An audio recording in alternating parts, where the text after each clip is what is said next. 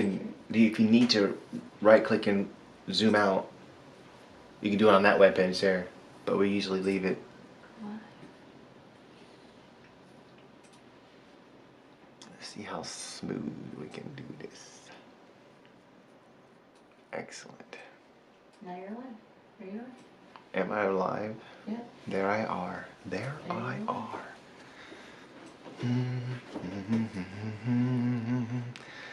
We are live, 5th day in the row. In a row.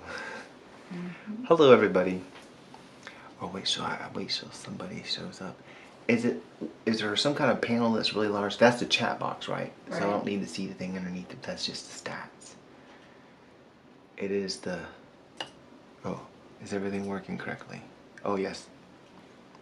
Oh, the delay is actually...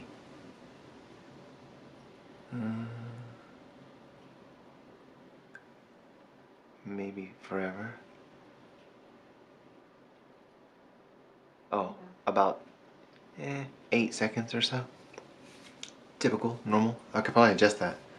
Hello, everybody. Am I live now? Yeah, there you go. Oh, wow. 5 people just jumped right on. Oh, y'all are waiting. It's becoming a habit. It's the 5th day. It's the 5th day, and Polymer Clay Artist is broadcasting live. Hello, everybody, and welcome back. This was a Polymer Clay project where I made this. It's a Baby Venom. I'm gonna do some stuff in this video. I'm gonna take the sculpture off and fix the bottom, the hole.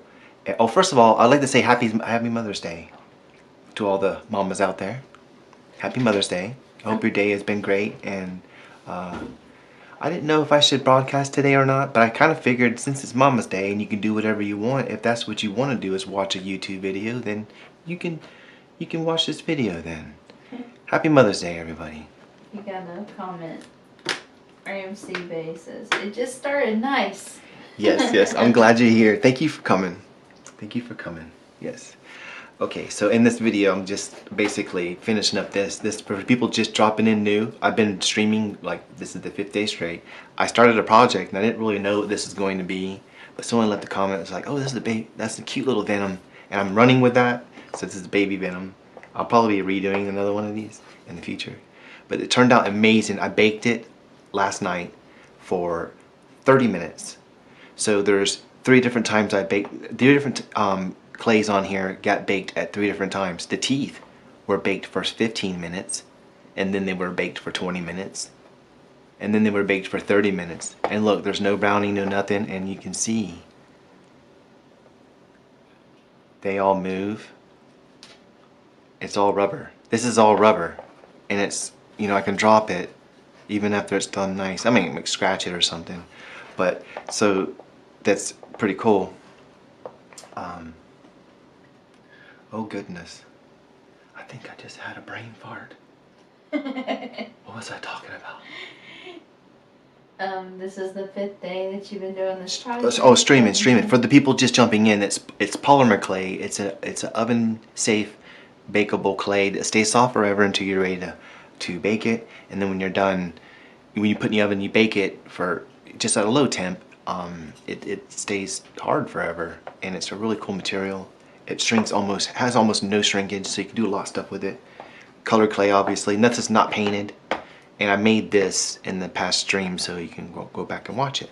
But today, I'm going to remove it from this thing. I'm going to try to.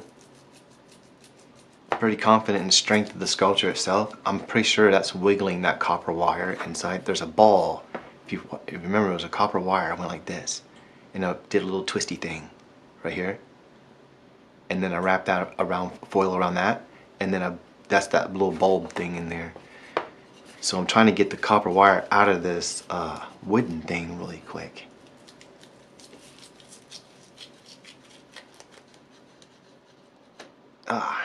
Yes. So this is the bottom of it, and it's actually not that quite big of a hole. I was thinking it was going to be actually, that's the armature I started with. There's the copper wire. I'll leave this copper wire because this will help me mount it on something. And it's already flat down here, so I'm really not going to worry about this. I was going to dig this out a little bit where the foil is, right here, and put epoxy sculpt. You know? But I think this is not gonna be an issue at all. This, all that right there is solid clay. And there's just a little hole right here. So my worry was that, oh, you know what? I didn't want it to do wiggle like this. So yeah, let me do this out. I had a reason. I just went against my own reasoning and it caused a conflict. All right, so I gotta cut this foil out a little bit. Is this focused? We should double check focus. We're jumping right in, y'all. I'm kind of wanting to get going quickly because that epoxy sculpt I mixed up a little while ago, and it doesn't have too long of a work window. Colleen says, hi, be right back. Gonna grab a snack and coffee to watch the stream. Yay! I will be here. Thank you for stopping by. And it's DVR, I do believe. You can catch up or watch it. I appreciate you stopping by. I'm just trying to get some of this foil out. Just a little bit. I'm using my thumb and stuff like this. I don't know if that makes sense. Or just enough to where I can put like a cap on there. Because I don't want this little wire to be shifting around. I want it to be stable. Stability. So I didn't want to pack down in there too hard the material, because what if that caused it to, this is so durable, it's not like it's going to bust that. I'm still getting used to this cool clay, you know. I got it when it was new, I was help testing it, but then I kind of dropped off the face of the earth for a few years. So it's not really so new anymore, this clay, you know what I mean? But it's still new to me. It's new to me. Cause I was like frozen in a block of ice. Where I'm looking for something that I can, the end of a tool or something. Maybe is this too big? Just push some of this foil down. Some places.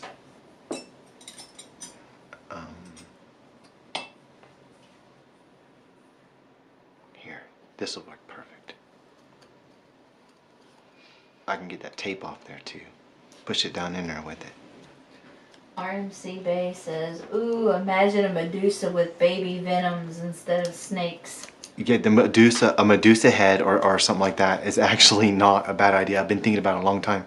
I can make all those little snake heads can have open mouths though with this idea. They can have all different expressions. Different angles, closed. Some can close or open. But the basic idea of this technique would enable me to open the mouths anyways. Some of them can have their tongue stuck out. Yeah. Oh yeah. Yeah. That'd be really cool. Great idea, RMC Bay. Oh my goodness. There's like a million things I could do, probably. Yeah, this cosplay stuff is awesome. I like it. I'm almost out of black now, so I'm definitely gonna be. I just cut some of that, but it ain't gonna hurt nothing. I'm definitely gonna be trying to order some soon. I want to get, well, maybe a thing of black and a thing of white, because I seem to use those colors a lot, and maybe some glow in the dark.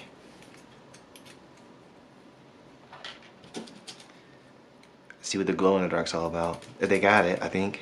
I still haven't got a chance to look. I'm getting this tape off that copper. There it goes. There, I got me a little recess right here now. It looks to be about, I don't know, three nickels deep. So I'm gonna take this epoxy sculpt, which I already pre-mixed a little while ago. It's still workable. I'm gonna pack that in there. Reason I'm doing this, because I can figure out where it's gonna go on the block of wood or whatever, and I can drill the hole for this to go through. But when I put it down on there, I might even etch into the wood where this recess is into it, just a slight bit, for trim purposes. And but this won't shift with the actual sculpture. Just want it to have a little bit of stability, and I'm pushing this down in there really well, and it'll kick off. And it can get wet too, because we're going to get wet with this Actually, we're gonna get wet literally. It's starting to rain. Hopefully I don't lose string. It's just windy right now. I'm just working this in, bulging it. It's squishing back out, and it appears. Not really. It's actually working in there. I worked that in really, really good. But I want it to be flat again. So I'm going to take my palette knife. Am I in a good... Mm-hmm. Is that the full screen? Oh, it's not over there. Okay. But I can see the full side of the scroll. Okay. Alright. Oh, I also had the thing right above me, above it. Sorry, I'm doing dumb things again. Nope. There comes the rain. There comes the rain. I'm going to take this palette knife like this and just... This clay, okay, this is epoxy sculpt. It's a 2-part mixture, and when you mix it together it gets hard, and you do not need to put it in the oven. So it can be useful for stuff like this, or you can actually use it to enhance your armatures, or build a tire sculpture with it even. But that could be just like that. It just needs to be somewhat flat. It don't need to be perfect, right? See that? Now it's filled in. And I actually mashed it. So I just leave that alone for a minute. And now it's free. I'm free. I can go anywhere. That wood's not in the way, and I can kind of spin it around. Whee. But look at that. Now he's free. Until I put on a little square block of wood or something. I don't know what I'm going to do. But let me get this aluminum foil out of here. They got all kinds of cool colors, honey. Oh, do they? Yeah, they got neons and stuff now. They got neons. I know. They got champagne shimmer, pumpkin shimmer. They've got deco teal. Where is? Hey. Yeah. Give me one of these little cord. Where's this little cord? A little cord? Yeah, there's a little one here. Remember?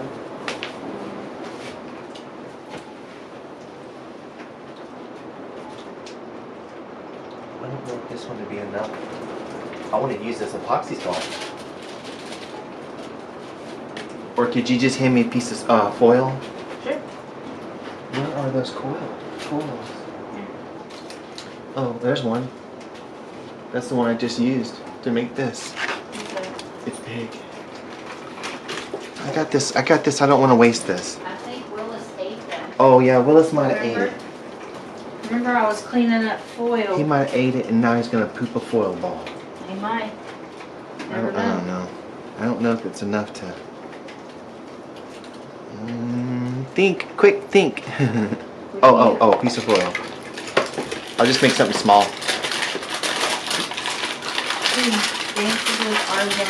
Did you ever watch Cat Million studio videos? She made an awesome Medusa doll. No, I have not. I mean, I might have seen it and not realize I've seen it. But I'll have to check it out. They also have this thing called Elements. Ocean Blue Luster. Really? Now I'm curious. I want to look at that. I'm doing something really quick. This is kind of off topic. I've already done this. I don't want to waste this epoxy sculpt that I got. So I'm kind of just forming some foil real quick in a general shape that won't be too big, that I can, like some kind of cute little dinosaur or something smaller, maybe a lizard, right? See this, how big this is? And I mean, it's not perfect. Oh, did I say, where's that tape? Do I have tape? Key says good evening. Hello. Uh-oh. Happy New Year. Oh no. Yeah. Already. It's the rain. It's a rain. I might be might be dumb streaming. Because it's bad weather right now. Let's see here. Oh, we're fixing to have a power outage. I can feel it. No. I still need a little bit more watch time.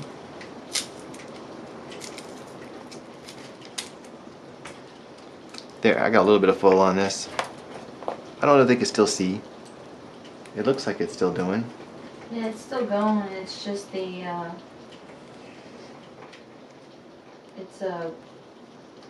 buffering and just slow. I don't know if I got enough to do this, y'all, but I'm gonna try. I just can't waste a little chunk of epoxy sculpt. Maybe if I get this covered, it'll give me a tough enough shell to where I can have something come alive again. I didn't really know how big this. I thought that hole was gonna be bigger. I forgot that I added a lot of clay. You know.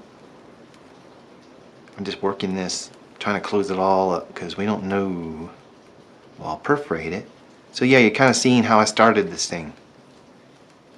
It's a technique that I do for how to make something with open mouth. This could be the open mouth to some kind of creature. I'm just pushing this clay where it just closed up. You just go like this with in the foil ball.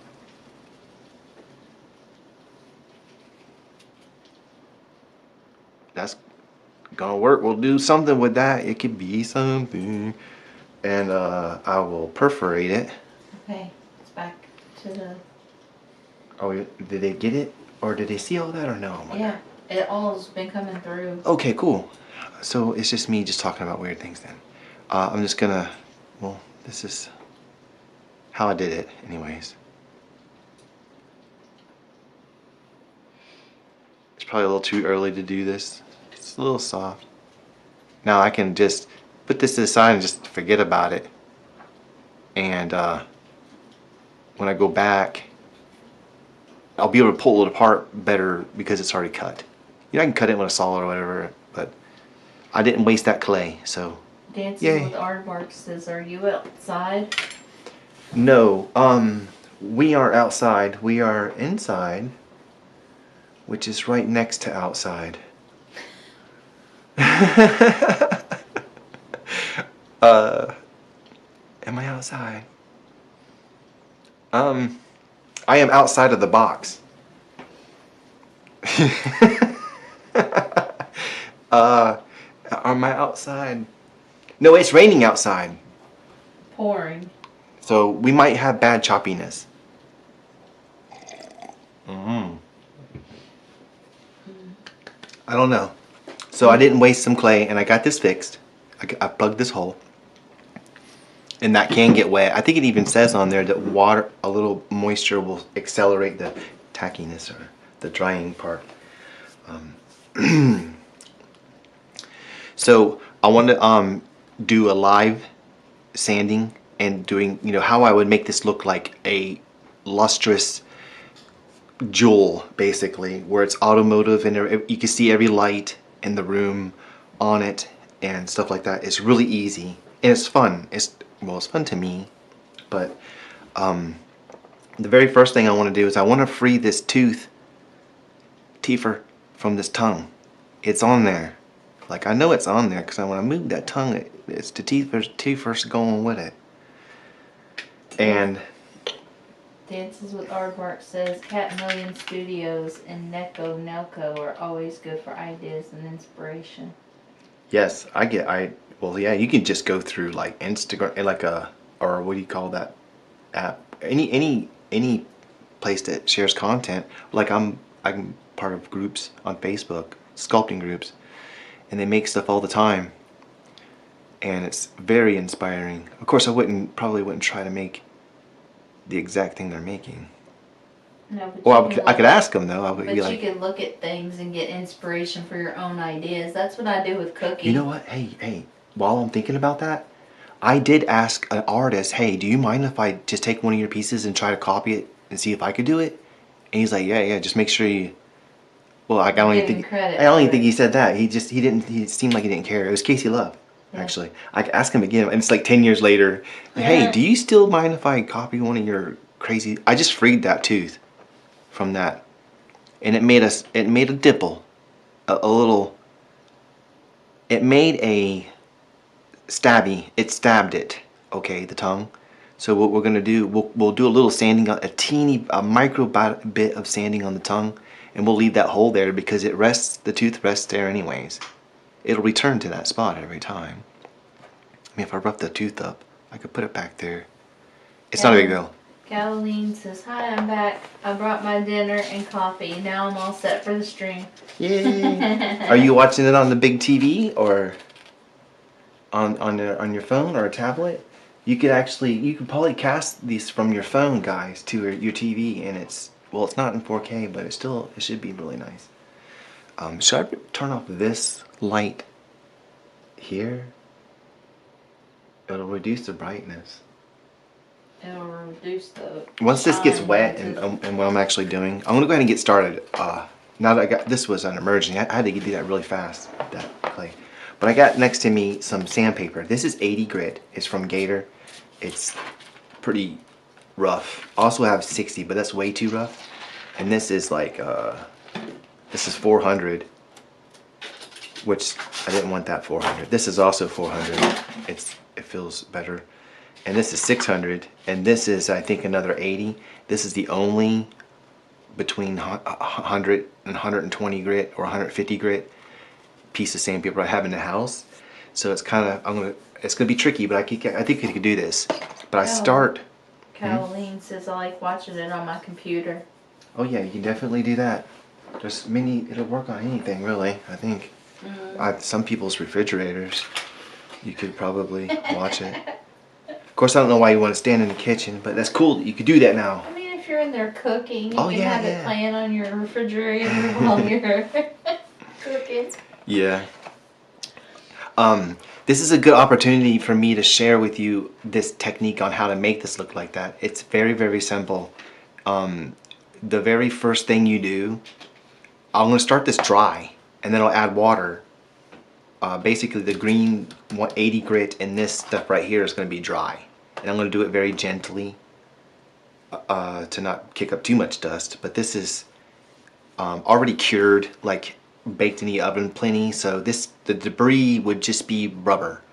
And this is a lid to for cookie containers. The food don't even touch this side. And this is all going to wash out. I'll wash it out nice and neat. This is not raw clay, you know, and it's not really, this is not a chemical, it's rubber. Now if we burned it, it turns into a chemical reaction and stuff like that. But one of the first things you do, this is the sandpaper I'm starting with right here. I'm going to cut a little piece of it off. Is that good for your scissors? 80 grit. Caroline says, those refrigerators are nice, laughy face with the tears. 3 of them. I bet they are. We just recently got a newer refrigerator. Yeah, but it doesn't have the features Oh, where no, you no, can no. you can look inside of it from your phone and see if you need milk or something. Yeah, in a way that's kind of weird. I mean, helpful though. I'll start to lose my memory and all. It would be helpful for me because I'm the one who makes the grocery list usually at work, and I'm calling you or texting you, hey, can you check the refrigerator for milk? Alright, I'm going to be working right around here. So I want to make sure I got focus. I'll grab like this square, this general area. Okay. Does it look good? Okay, good. Okay, so the method to the sanding is I was trying to get this as flat or where there's no bumps and stuff. The best I can with my hands and stuff. And it's not going to be perfect. And some of you are wondering, why would you bother going through this? By the end of the stream, you're gonna see it because it'll be wet. There'll be water in here, and you'll literally see this how it looked like it would be after it's sealed. It'll be just gorgeous. So this is gonna look really cool this stream. But you start with this right here, or you can paint this spray a little bit of paint on it, just like mist it, and then you take your sandpaper and you go like this. I'll do it in an area. Hold it a little different. Let me do it in a little area and I'll show you what I'm talking about. I'll do little circles like this. I'm moving it all around. What I'm trying to do is scuff everything up. And I want you to see what happens. I'll clean it off. Now I have, that should be very noticeable on camera. I have a lot of brighter areas and areas that weren't touched. That's literally low areas and high areas. The high areas get hit first, leaving the low areas. So the trick to this is you want to keep going to where you don't see this anymore. Any of the dark stuff is gone, because in a high finish, I can go up to I have 600 grit sandpaper, which would be like glass. If you left just the slightest little thing that was still not touched, it's going to be a dip. You would just be, the light would just reveal it. So for perfection, and I don't mean to sound like it's going to be perfect. If you're trying to make it perfect, you want to sand it. And I made the thickness of the black thick enough to hopefully do this. But 80 grit is highly aggressive. It's for this, it is, I think. So, and the best bet is to go really slow.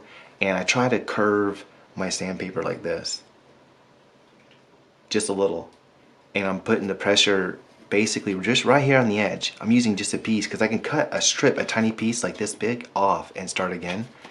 But you don't want to damage the sandpaper because it'll lose its structure. It'll eventually get all messed up, and I can cut another piece off. But if you take it like this, and you move, take that curve, it's gonna follow the curve of this, and that's how you would start the sanding, anyways.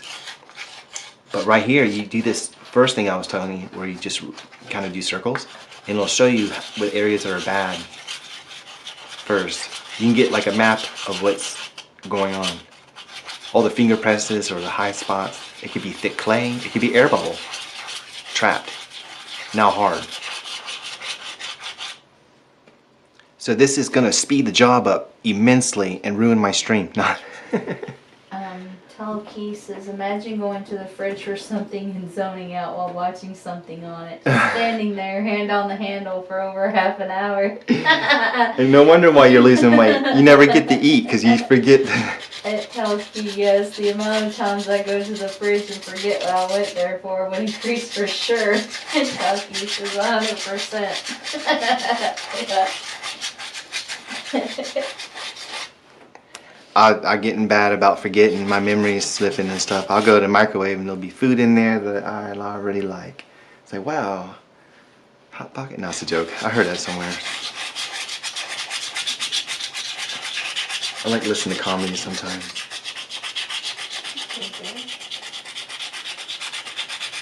So we got to be careful not to get too crazy with this, because as you get close, and when you know you're getting close, when these get they get smaller, these spots, and you want to kind of, there's a time where you got to decide when you got to stop doing this, because this is leaving gashes in this. And if you don't want it to be all gashed up like that, you work it through the different cycles, you're going to lose its skin layer more, which could reveal the color underneath if you didn't go thick enough. I used a lot of black. I almost used all my black, so I feel like I gave myself enough to afford an easy sand job, and it'll achieve what I need. But I'm not trying to press too hard, and you can create new contours. If there's enough clay there and you got it true enough prior to that, you can create new perfect contours like this. If it's just going like that, one good pass like this, like you're petting it, you can pet it into perfection, pretty much. Because every time I do that, them black spots right there are getting, I don't know if you can see that, they're getting smaller. Am I still in the shot? Yes. So I'll use this, the whole this is pretty sturdy paper. I mean, it's 80 grit. So I'm using that curvature of it. You see how that fits on there? Caroline says, yes, how we know if we are damaging, question mark. Oh, if you're damaging it? How would you know if you are? When you start seeing the core, if you start sanding into like... Well, in a way, you are technically damaging it right now. I'm damaging this, but in a unified manner that'll give me a perfect plane like glass. I'm cutting the clay and cutting it off. But what you probably mean is, how do you know you don't go all the way through? Well, the clay underneath is gray. So this will be pretty, this would show up pretty fat. It would be pretty obvious. This is not gray, and you can always take a little bit of water. I didn't really want to do it right now. But this, let me just get a piece. Let me stick my finger in the bottle right here. I got 2 bottles of water. Here, hold on. Oops. It'll, if you're not sure and you're like, is it gray or not, you can kind of wash it off, and that cloudiness will go away a little bit, revealing the black that's still there. The black's getting, it's really, it has no sheen now. It's really rough because we put this sandpaper to it. But yeah, you have to just kind of remember how thick the sheet was. There it is right there. It was like, it's pretty thick. I would say that's like as thick as a quarter. Like like a quarter. A quarter, like the thing that you use to buy a piece of bubble gum. Not a 1/4 inch or something. Not a 1/4 inch, but the thing, the token that you use for money. Which is rather thick. But however, it could be a bump if it goes up or bulges up. You have to just kind of be careful. And at the end of the day, you could put black acrylic. You could paint the whole thing black, and it'll just be a touch up, and you wouldn't, if it ever got scratched, you would never know. So it's not that big of a deal. But this is the basics of the sanding itself. Do you see the ripples on that, on the inside of that neck? It's just like almost like waves. And you know what it was? It was the way I did that, those spaghetti pasta thingies. And I didn't realize that, hun.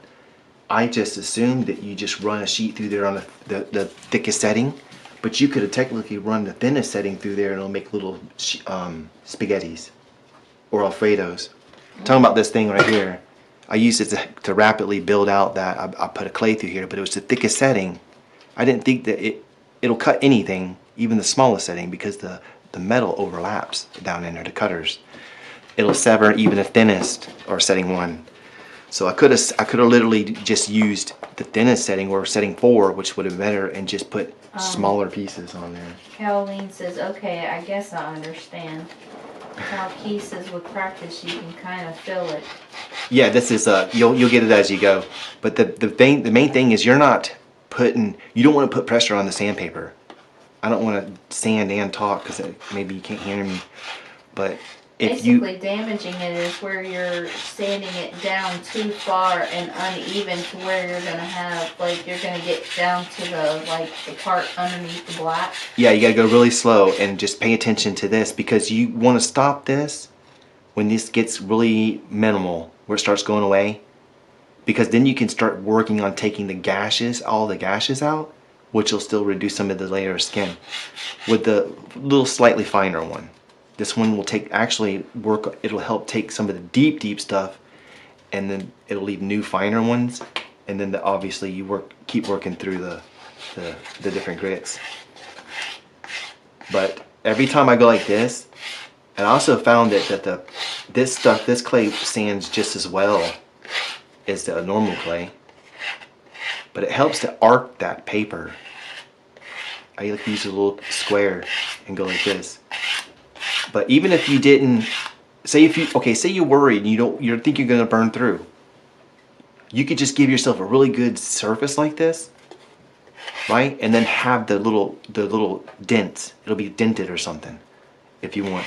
It'll be like it would still look better than just leaving all your fingerprints. And there's a skin on this. You can just rip it off and make it fine and shiny. Because he's kind of shiny, isn't he? I still ain't got a chance to watch it. I'm gonna. And after I'm done with this stream, I'm going to make a normal YouTube video. And I'm going to reveal this thing, because I'll seal it. But y'all see what it looks like sealed right now. Once I stick this in water, you'll see what it looks like sealed. But I'll go on the video and I'll reveal it. I'll reveal it pretty much and show everybody, let everybody know that, hey, I've been streaming this. And I'm gonna critique it though. I got a couple funny things to say about it. I might be making this again in the future. I don't know. But do you see how that's starting to look right there? This is all looking really, really good, like automotive. Because you don't want to, you don't want to go like this and then over here and all. You really want long strokes. and use the weight of the paper. Don't push. See how it's already wrinkled? I'm ruining it. I'm gonna turn it. Yay, new again. Just go like this. Don't push hard because pressure will generate heat and it breaks down actually breaks down the glue, the adhesives on the sandpaper. It's more aggressive. You might speed past your mark you need. Go slow and enjoy yourself. This is a very, very relaxing thing to do. Once the water gets here, it'll be even better probably.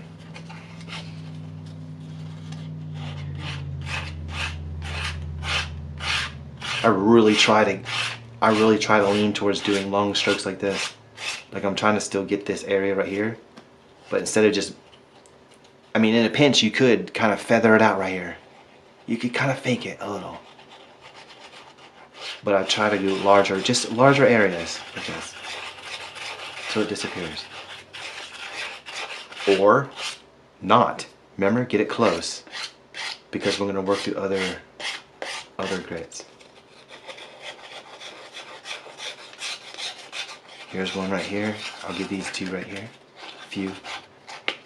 Curving the paper actually helps you not only, it helps you do the whole thing at once. It's instead of touching, if you did this flat, you're touching a fine little piece to it because it's round. This is round, this is flat. And it'll only touch at a very fine point. But if you curve it a little bit, you're actually getting what, like a 1/4 inch of true contour creating sanding. That's why I do that.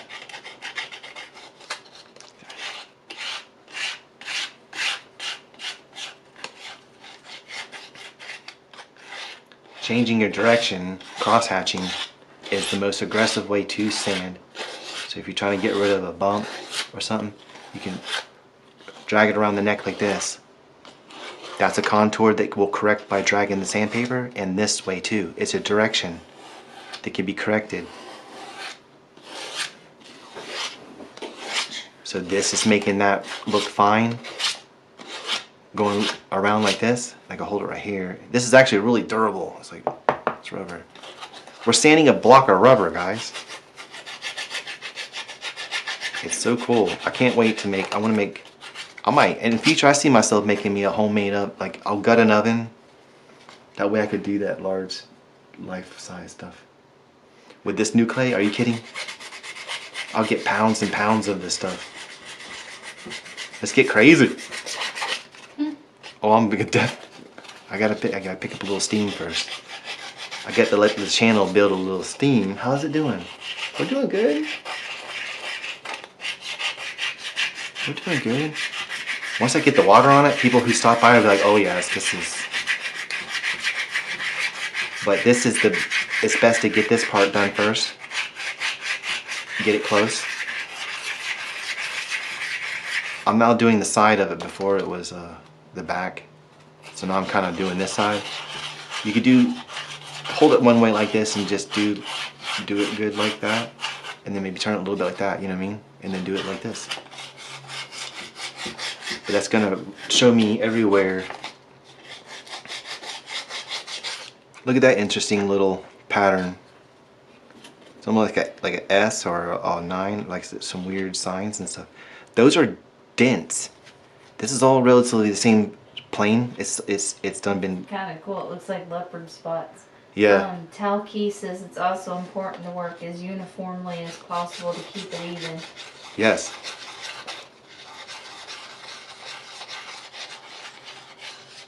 Right, because if you want the bend, the arc to be something specific, then you would not want to just stay in this area right here, because that would actually cut a line. If I just not moved it at all, I would cut. This would literally cut a groove into this. So you just gotta be careful. Move it around. Don't press too hard. Watch your gray. Watch your lighter gray. This is plenty done here. I shouldn't do any more right here. I'm pushing my luck, you know what I mean? But back here, it's still a little dark. That would be hard to trying to get that with 150 grit or something. So we just go keep doing this for a little bit. Now that you know what I'm doing, I can kind of just go with it. I'm not going to deliberately take all night to do it, but I'm going to I'm gonna try to do it somewhat quick, but not enough to where it'll ruin it.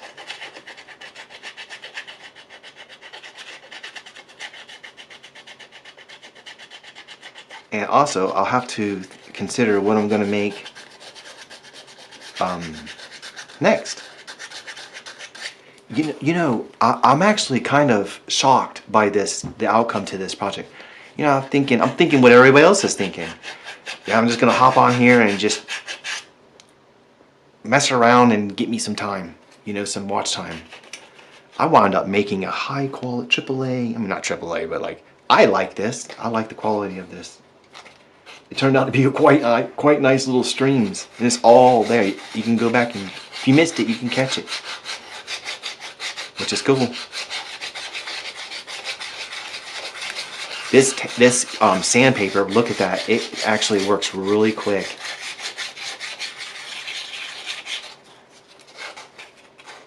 There's that leopardy looking stuff.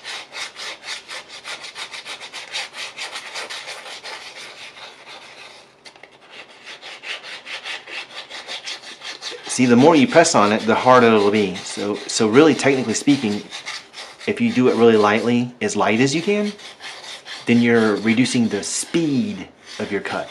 If it's a slower moving chainsaw blade or whatever, it causes less damage whenever, you know what I mean? You have more control over it. Most of this dust is going right here and in my coffee, so we're good.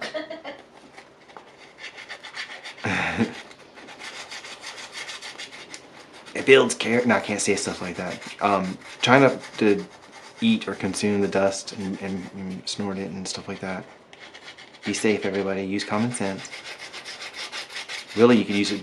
I should have a dust. I have a dust mask on. No, I don't. You should have a dust mask on.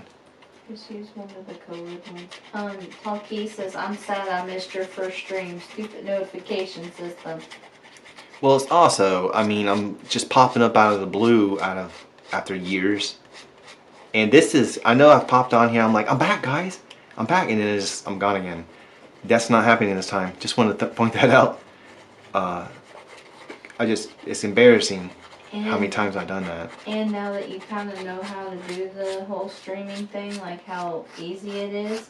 I can in the middle of the night, I can draw or something. Either that, or you can just give them notification like ahead of time. Hey, I'm going to be on streaming oh yeah, you're right. At a certain time. You can do that too. Artists are mysterious. No. Yeah, I would love to actually know. You're right. A schedule would be the most helpful thing for this channel. Yeah, I know artists are temperamental, but. Yeah, but I've been held back. I've been holding myself back, and I'm ready to go run with this stuff. Well, clearly, you can tell. I can help you with scheduling because I'm good at that. And tell Keith, yes, please. Letting them know ahead of time, like schedule something. Oh yeah. Simple little projects. There's a bunch of different things I've been wanting to make. There's a couple of things I wanted to remake. I wanted to remake my piranha plant, which is very, very, very similar to this kind of. It was damaged, and my sushi, my lizard. But those were really good projects, I think, and it'd be updated, updated equipment, new camera. Plus, I could probably just continuously do live. It doesn't really. There's no editing. There's no editing involved when I do this. I just dump a big long video onto the internet, and I can technically film and record on my phone at the same time. Almost missed this under the neck. It was very, very rough. At the last minute last night, I checked it. But other than that, I didn't do anything. It left it just like y'all seen it. Caroline says, yeah, YouTube kind of don't notify properly as usual, but since you took some time off, it's probably worse. Yo, absolutely. I can't. But yay, schedule. Because of my absence and stuff, I can never really blame on YouTube's end. But back when I was trying to do this, the algorithm did do something weird to me and kind of kicked me out. I took a picture of it. Yeah, like yesterday you did that special announcement or whatever to let everybody know that you were going to be on between Yeah. 7 and 8. So that kind of. I was trying to get more people. If someone did see it, they can just jump in on that stream. Talkie says YouTube doesn't really promote creativity anymore. You should do another elephant to celebrate 10 years here. Another elephant? Maybe 15 years, wasn't it? Yeah, this channel's 15 years old. I've probably been a partner for 10 years. I didn't get partnership right away. I waited a few years, and what it was, I saw this kid called Fred. He just basically rolled around acting like, he acted silly, and he sped up the sound audio or whatever, where it sounded high pitched. He just went viral on here, and He made his own movie. yeah, he went to Hollywood. He went to Nickelodeon. And they made 2 movies with that guy. And you know what? It didn't make sense. It made sense in his videos, but he's basically running around this movie, and they changed the pitch of his audio, of his sound. And but it just anyways, the point is I'm watching this. I'm like, you could do this with this platform. And I started just making little drawing videos and sculpting videos, some older ones. I'm trying to cycle out some of my older stuff and redo it a little. Like with my drawings, I had a playlist. It was just a slideshow of low quality photos, and I talked for 3 minutes or 2 minutes before even showing anything. So I made that one private, and I'm redoing it where I can show a few at a time and actually give you little stories on them and all. I want to show you some more of these drawings. They're crazy. I'm kind of just going underneath this chin right now. See all these little black spots? Darker spots. The darker spots are spots that never received any kind of sanding. Never was scratched. So this surface could never be glass. You have to. See, that's probably too aggressive. That's really fast cutting like that. I'm pushing down. Am I still in the shot? Okay. Anybody that just popped in recently, I want to just say Happy Mother's Day to everybody. If you're one of those mamas out there, or if you know one, or whatever. If you know one, I'm pretty sure they know mamas. I'm just saying Happy Mother's Day. Sometimes I forget what day it is, and sometimes I forget what year it is. I'm working on the body a little bit first.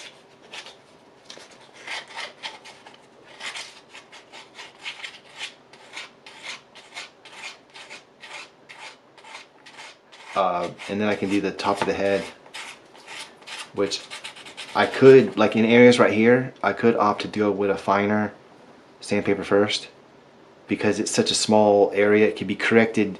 You could sand a small piece of clay, or surface area physics, you know what I mean? If I'm sanding just a little, like a mole, it would just come off instantly. But if it's a big surface, I have to take all of it at once. So this is a smaller surface, is what I'm trying to say, and it would sand really quickly. So I don't know if I want to do it with this or not. That's how I don't like sanding it. What I was just doing, I was pushing my thumb on there and just going like that. I mean, it works so well. It feels so good just doing that, and you can get it done. But if you want it to be like a computer made it, where it looks like you're looking at a computer animated thing, like glass and true fluid, you have to use the curve of the paper and slow. Colleen says it happens sometimes. I forget my age and need to think for a bit when filling up forms. Yes, oh gosh, it's getting worse and worse for me. I probably shouldn't say this, but I was heading home from the gym one day, and I found myself sitting at a green light, and I didn't know how long I was sitting there. I didn't know what was going on, and someone came up behind me, stopped and beeped. I was like, oh, and I just went, and then I went home, and I don't know, there was a really, no one got hurt or whatever, but And I probably don't help with like filling out forms or knowing when the date is, because I usually do all that for you. Oh yeah, yeah. So I don't know. Maybe I try to keep my brain active and stuff. I think it's a lot of times you're just distracted with other things. You think I'm so in my head thinking about yada dada, whatever. Did I make a stop at a green light? I don't even know if it was green when I stopped. I People do probably it all the shouldn't. time. I probably shouldn't have said that. I shouldn't have said that. I shouldn't have said that. Haggard. Haggard, yeah. Yeah, I'll clean lose my memory. Don't even know who I am. You watch Harry Potter with me too much. Oh, if anyone wants to see it again, there it is. I'm sorry, I keep covering it. Hi, I'm Baby Venom.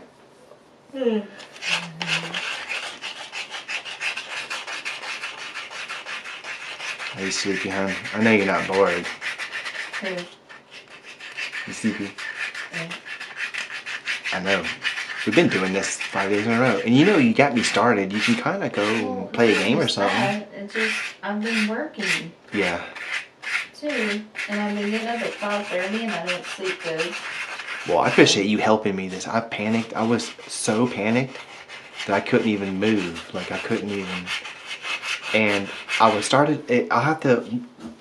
We got this. This will be this stream right here will set us over the threshold. Actually, on YouTube they round the numbers up, and when you go to it and you filter it 1 year, it says 4K for 4,000, but it needs 24 hours. Halloween says yes, it is complicated when he's spaced out in random situations. Yeah. A vehicle's dangerous. You know what I mean? You should know what's going on when you're driving and all. It's just all kidding aside. That's kind of scary, and I need to go to a doctor one day maybe. I've never been to a doctor. Not really.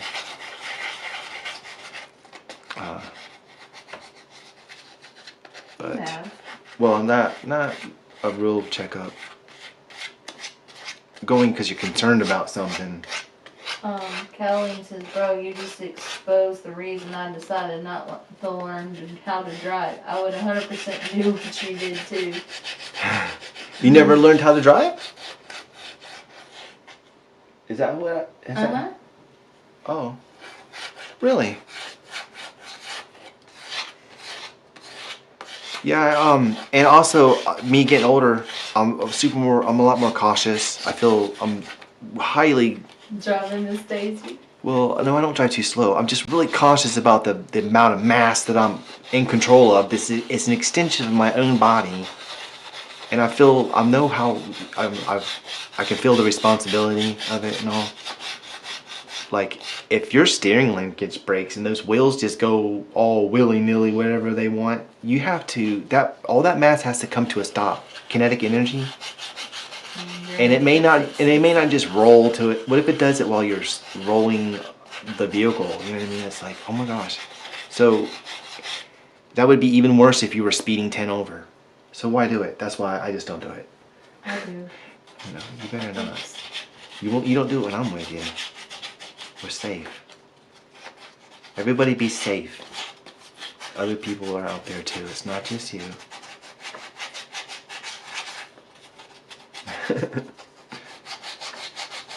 It's really rough down here at the bottom. But do you see how this is? It's moving along. In time lapse, this would be, oh yeah, you can see. Oh, you're getting it all over his tongue. Oh no. Did someone say that? Me. Just you? Oh. No, it's gonna wash off. Actually, I touched it, and I didn't clean that tongue last night, like I said I was going to.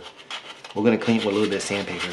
Colleen says, yeah, when I was a kid, I was interested in driving, but as I grew up, I realized I didn't trust myself enough to be focused. Huh.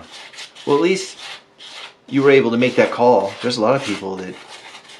There's a lot of people that don't even be driving that are driving. And they don't care. They don't care who they endanger, so knowing yourself that Or well. disregarding certain rules. I know they're annoying and all, but they're there for the familiarity, consistency. Safety. Yeah, you can expect someone to stop at a stop sign, not just blow through it.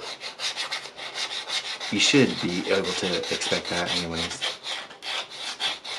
Anyhow, enough talking about weird things like driving. This is a fun sculpting. We're sanding something. We're refining something into something very beautiful. It'll be lustrous looking.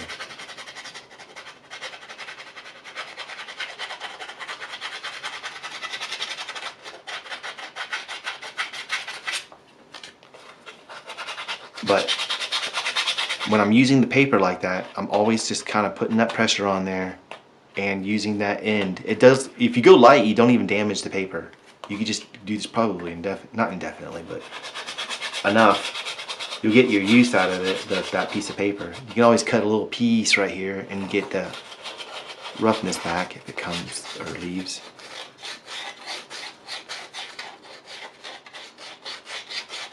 I'm trying to get it close,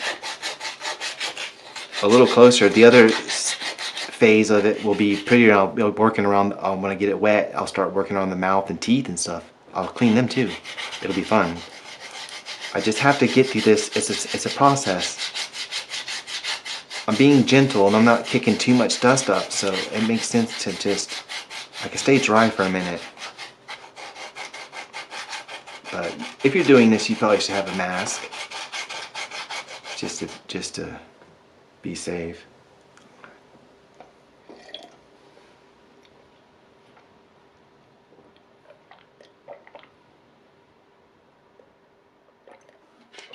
Okay. Sorry. Coffee.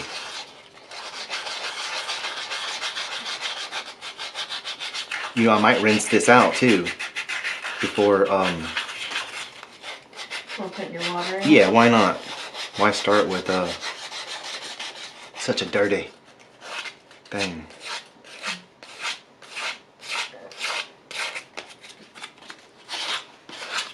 That's starting to look really good. I like how that all is right here. There's slight little pits, right?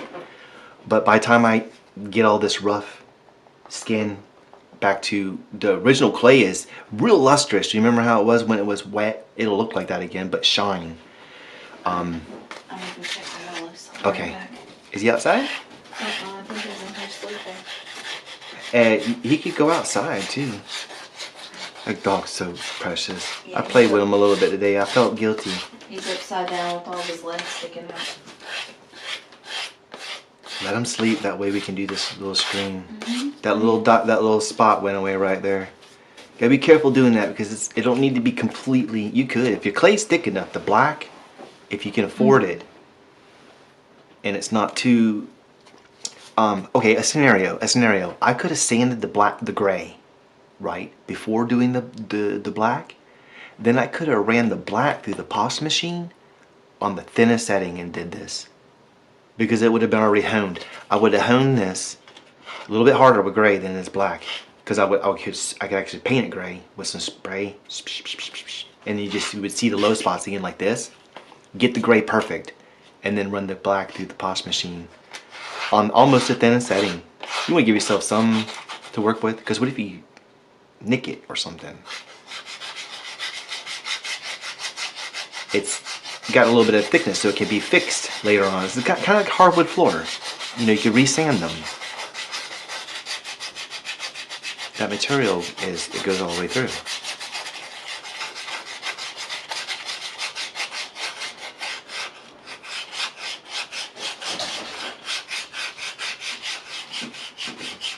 But riding that on that plane right there. It's away. Hi Willy Wonky. Willy Wonkus. Willy Wonkus. He wants to go outside. Hi, Willy Wonkus. Hi. We've had rain for the past few days. We need it. We absolutely needed it. We got wildfires breaking out. Oh my goodness. Well, I wanted to go out there and play with the dog and do some videos. Just some animal videos and stuff. I could do insect videos too. The door's not blocked. You can go out there if you want. When set up correctly, the quality is really good on this camera. Yeah, he can go outside. Yeah, the door's not blocked. He can go out. You know. It's a bit difficult down here I'm trying to figure out how to hold this. I should be able to go like this technically. Go up with you. It's dark out there, huh? That actually was working. That's a contour that's really important right here at the end. It seemed that would be the most useful thing. I can just go like this, but real gently. I'm not putting any pressure in there. It's kind of hard to get the paper to stay. But look at the direction it's cut now. Now you're getting streaks of clear, the lighter color that's running this way. In other words, you can do it in that direction as well as this direction. I'm trying to fix the end. It makes sense to go like this instead of this, you know.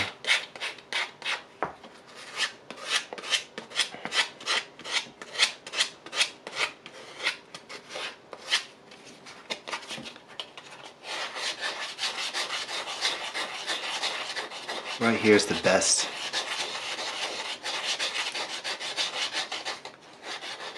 Really just keeping it like this. I kind of grab it with my 2 fingers. I'm holding that end like that. And then these 2 right here. For when it loses that stiffness of being new. Just kind of focus on trying not to touch it with your fingers. And use the pressure from them. If this were a flat surface, I'd be using a block. I wouldn't be using my fingers, not for sanding, just sculpting.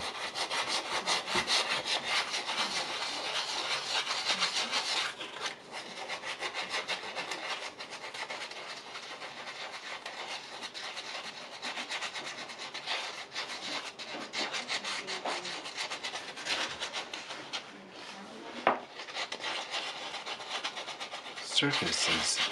I'm sorry if this seems boring or not, but I'm trying to get past this first part.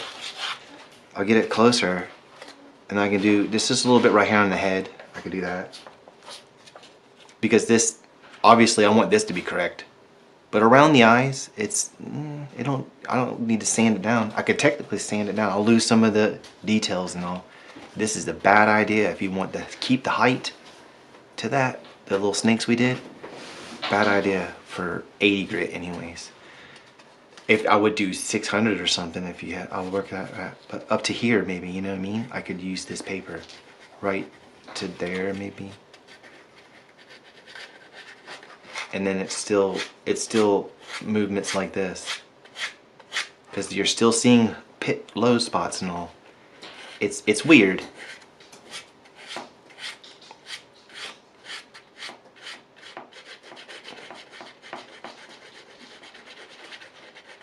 Basically trying to explain how you make something look like glass. Because when this is done, you're gonna be like, wait a minute, what happened? How'd you do this? And you're just literally watching with me. It's cool. I do it for some of my work. If it needs texture, obviously you're not gonna do this. But if it could be smooth, oh, you absolutely want it to be refined like this.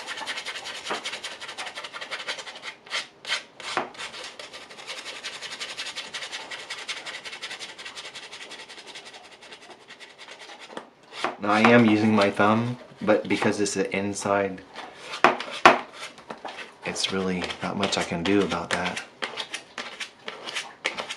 Same direction, or in a direction like this.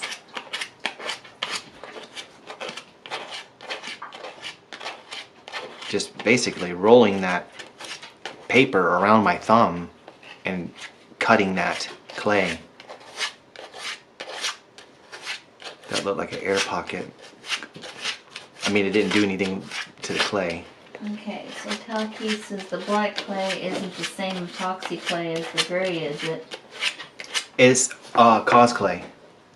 Yes, the gray clay and the black clay are the same brands. It's a polymer clay. It's cause clay, which is rubber. So it's the same. Now the only thing that wasn't clay was the shell. The shell that went around this thing. This was the shell. Those are the dents I put in it and it messed me up. Yeah, the shell for the head. And yeah, this was the shell that I made the head for, and I popped a little. It was repair putty But this is epoxy sculpt. It's actually harder now. And then that epoxy sculpt you just put in the bottom hole, right? Yeah, epoxy sculpt down here too. Yes. Oh, so was that the question? Yeah, they were wanting to know if the black clay isn't the same epoxy clay as the gray. It's cos clay. The black clay is cos clay, and so is the gray. It's not epoxy clay either. The only epoxy clay I got here is the thing I plugged the hole in the bottom. It's a self-hardening clay, so I won't have to put this in the oven and bake this thing at the bottom. It'll get hard on its own. And that I only did that so this won't shift around. So as long as I don't bang this metal thing down here, the copper, it gets rock hard. And Colleen said it's not boring. It's kind of satisfying actually. Oh, watching the sanding? Thank you for that. I'm super conscious about everything. And I'm trying to break that. Like the dog is helping me. I call him Dog. His name is Willis. I call him Willis. I know his name. But I like to call him Dog. And I don't know, it's weird, maybe, I don't know. But Dog helps me. And well, something. I don't forgot what it was. He helps me a lot. But not remember. He doesn't help me remember.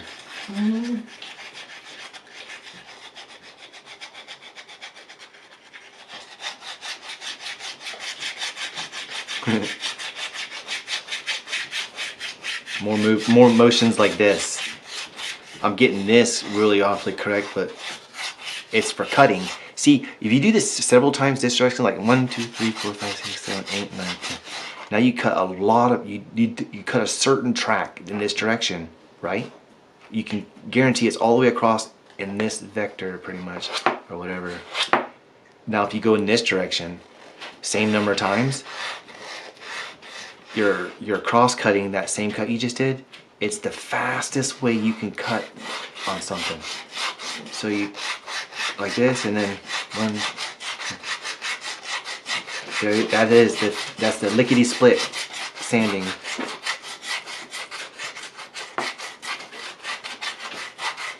That's how you get them holes to disappear. Telekinesis. Okay, I got confused because I thought it was the epoxy. Worried that could be toxic to sand without a mask. Oh yeah, I'm not even sanding that. And yeah, I probably wouldn't be. This is I am actually being very. There's no. There's 6 light bulbs overhead. They're a 100-watt equivalent, and I got a what's this? A Blue Max lighting lamp over here, too, on me. I can see any of the littlest particle floating over. There's nothing in here. It's not enough to. Plus, I rake all day. The dust out there. I need to get me a dust mask. I want to get ones with the respirators. Oh, don't let him. Sandy. Baby, will you let him make sure he don't get too close to the whole computer everywhere? Okay. There's things that can be unplugged. Okay. I got it.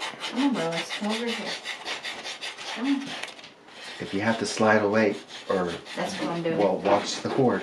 I know, and I have to watch Tigger. I can't be too focused on him. I don't want him to leave or whatever. He's not a problem either.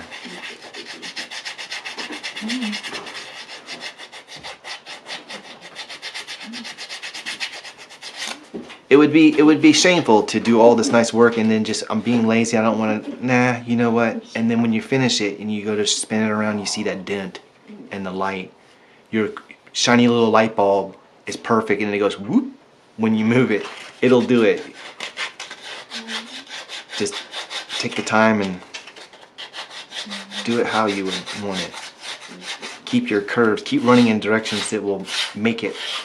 This is how that long direction right here is the finished strokes when I'm getting close, like this. Telekinesis, just checking, safety first, smiley face. Oh yes, I appreciate that because sometimes I get very, very focused and linear in thought, and I might not be including safety in that, but for the most part, I am rather safe. Or if I'm not being safe, I'm pretty aware of it. Like I love to rake. It's very comforting for me with my autism. I rake a lot. I have a compost pile that's like, I'd say it's about 6-7 feet tall, and it's solid. I can stand on it and jump up and down on it. That I've been collecting. It turns into organic matter, which you can mix into the ground, which will help hold water. which is really good when you live in Florida because everything's sugar sand. I've been just saving it, you know, it's a free material. It comes from the trees and all. I was burning the leaves, but now I'm just saving them. I'll show you my collection in a nice fun way. I already have an idea. I'm gonna be doing some YouTube shorts that's kind of fun. We have a comment, Josh. Looks like a killer whale monster. It does. This. It does. It does. It could easily be a Shamu, a baby Shamu, or something. And I'm waiting to critique it, but I would do same thing. Okay, there's an issue. If you're wondering, like, why is it do what's wrong with that? Or why did you do this? Or what's up? How come there's not that many teeth? I didn't know this is going to be. I just really like the idea, the suggestion after that one stream so much that I'm doing it. I know you don't got enough teeth, sorry, but we're doing it. And I know the tongue's not in the right place, but we're doing it. It's just fun. I can make 1,000 of these. We could do it again, but Marquise is laughing out loud at Josh. Kinda does. It does. I think it does. I was looking at that. Well, I could easily change the title to all of these streams to something else, pretty much, and then you would just hear me talking about, like, maybe I made the Baby Venom reference sometimes when I'm talking. Someone would be like, what is going on with this? No, I'll go with it. Basically, the only thing that I regret, and it's because I didn't know what I was making. I didn't know it was going to be the baby. If I knew from the very beginning, he would have teeth touching all the way across. Like, it would be packed full of teeth. And this tongue, when it came out of that dang thing, I couldn't figure out what to do. Guys, if you look up the image of Venom, it literally looks like that inside his mouth. It's a big fat tongue in the back and it just comes out. I could have literally just made that into a tongue, stuck a wire out of it, tongue, and then smashed these things down on the tongue. I didn't know. I didn't know, dang it. And I wanted him to be a Baby Venom, and I done put the skin on now. So now it's just either a killer whale, a baby killer. Akil says you can just blame it on me. He's sticking his tongue out. He's the one that suggested. Yeah, you got me sidetracked. You should help me focus. Don't say, hey, you know, it could be a unicorn, because next day you come in and look in, it's gonna have a horn sticking out of there. And Talkie says, to me it looks like Mario Piranha Plant cosplaying as a Venom. It is. It does. Yes, it's in other words, a very wait, cosplaying as a Venom. That is a very polite way. That's a very polite way of saying a reskinned piranha plant, which is what it is. It's okay though. We're still having fun though. And I'll tell you what, it's actually the finest made thing. It's because of the nature of the clay. It's oops. Oh no, oops. You know what I mean? It's the finest thing I've made so far. I made the little slug thing, which was just to animate it. It kills us, haha. I guess what Talkie said. Oh, I think they get what I'm saying in about 8 seconds. Yeah. So they could be replying to something I'm about to say. Getting really, really close to the back of this, and if I do slower and more gentle, it'll reduce that dust that y'all are worried about. That I am worried about too. Akil says Venom parasite taking over the plant. Oh, it could be. Yeah. It's, you know what, it's whatever you want it to be. Honestly, I'm supposed to attract everybody's attention on the platform, and then bam, I'm famous, and then I can make the most magnificent, great art using all kinds of materials, whatever I want. So, I mean, I'm trying to attract people's attention. So I'm always making Baby Venom, and when they get there, hopefully they'll see my character, my personality and stuff, and then they'll stick around and watch some of the other stuff. Hopefully they won't be too upset, be like, dude, why is his tongue like that? You don't even know what you're doing, you know, and then leave. Akil says you can basically have Venom to be any creature at this point, I think. Yes, you could. Well, you know, that's funny you saying that, because I watched that new, the Deadpool, the new one, and they had a scene where there was like, well, spoiler alert, I guess. Close your ears. But that Deadpool movie, there was like 300 versions of them. So I get what you're saying. There could be a little toaster version of one. Phil says they have Venom Horse or something in the newest movie. I'll have it. I'm a Marvel person, so we're gonna have to get some DC movies up in this house. We have every Marvel movie made. Yeah, the only DC movies we've seen is what, Batman and the Suicide Squads. Yeah, we do own. Batman versus Superman. We own, which is DC. Of course, we've seen a lot of the older Batmans, Batman Forever. And Suicide Squad 2. Did we buy that or no? I think we bought it. I don't remember. If we bought it, I want to watch it again. I really like that show. I like the Shark Man. He ate a dude. I mean, if I was a Shark Man, I would probably eat a person, I guess. I don't know. It was really interesting. It was a good show, I thought. And it's very similar to Marvel. You can tell they're both AAA studios. And I haven't watched enough of DC to judge them, compare them or whatever. But I love Marvel. Do you see how that's looking right there? I'm gonna slow down on trying to do this backside right here. I got a very little. This is what I was talking about. You wanted to get close to something like this. Is that still good? I'm getting really close to putting some water in this thing and doing the next part. I want to do the next part. Oh, they've got new episodes of Andor. Andor? Star Wars. Andor? Oh, really? Are you serious? Okay, so we're going to... No, I'm doing it. We'll be right back after this mess. 40 minutes? 40 minutes? Yeah. I will stream again. That is awesome, honey. Would you just find out today? No, a couple days ago I saw it on Disney. You were saving it for the weekend, huh? Yeah. Still dragging this in areas, even if I have to use my finger to back it, I'll still do where I'm dragging it and not just to burn a hole in it somewhere. He's really noisy. We probably should actually actively wrestle with him in the video. Okay. There might be someone that's highly focused on what I'm doing and they may not appreciate it. A lot of people are gonna not care, but Okay. I try to make everybody happy. I want to try to make everybody happy, baby. Gotta focus on what we're doing. We're trying to save my YouTube channel, and this is my career Okay. of 15 years that I wasted. Well, didn't waste. I still made projects.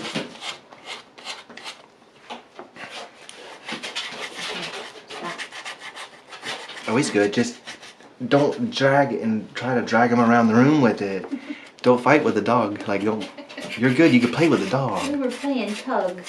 Yeah, but this is not carpet. I know. It's. He's skidding. We know we got good clay down here under this chin. And I did the best I could as far as. This is getting really worn. Where I'm having trouble doing that curvy thing.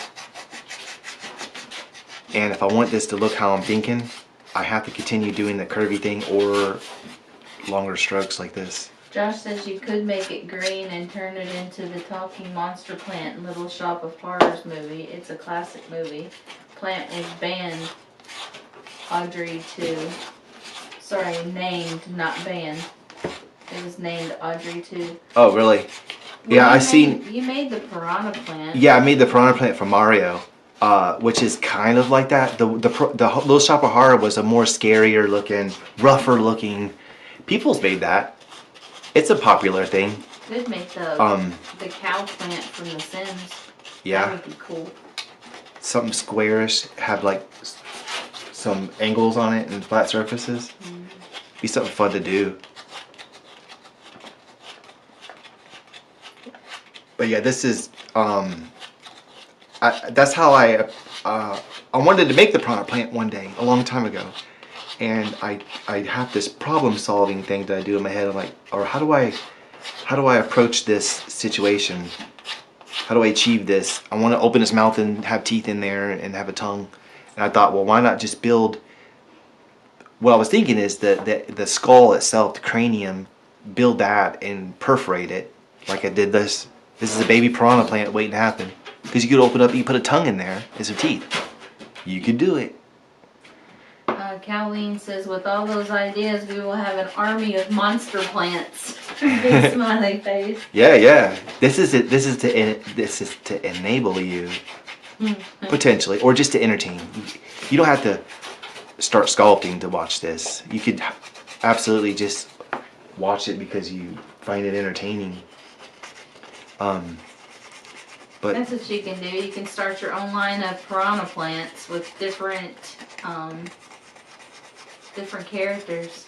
oh, I could definitely be requested to make one. Josh says you should create a family of plant monsters and put them in a bigger pot. Oh, that would be pretty cool. Like a bunch of plant. Like you remember? Oh, well, that drawing. Josh, did you see the drawing video I just did? Some drawings. There actually is a couple mushrooms in there and a flower pot. Yeah. But they're not piranha plants. But it's kind of the dueling mushrooms with the spectator spores.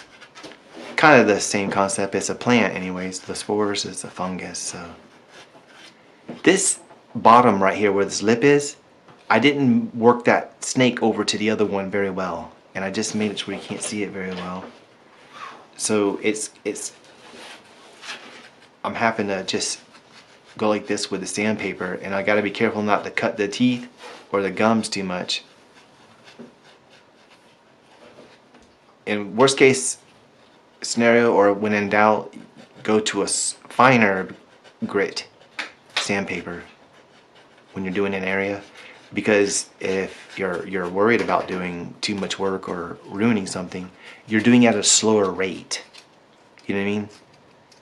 Like kind of backing your car up the first time to a trailer. If you're not unsure about it, don't you just creep really slow? You don't just go 30 miles an hour and you run into it.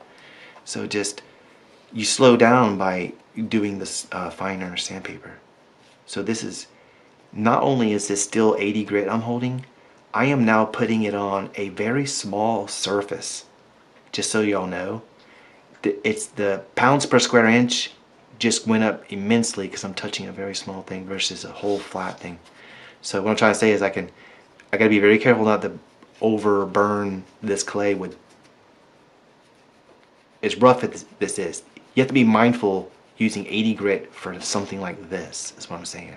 So don't just copy me if you're not like a real, I'm not saying I'm a pro at sanding, but if you're not really well at it from the beginning, you might want to kick down to something like 150 grit right here would work. But I'm just doing it because it's a little quicker, and I'm watching it. I got some good eyes. I can see pretty well.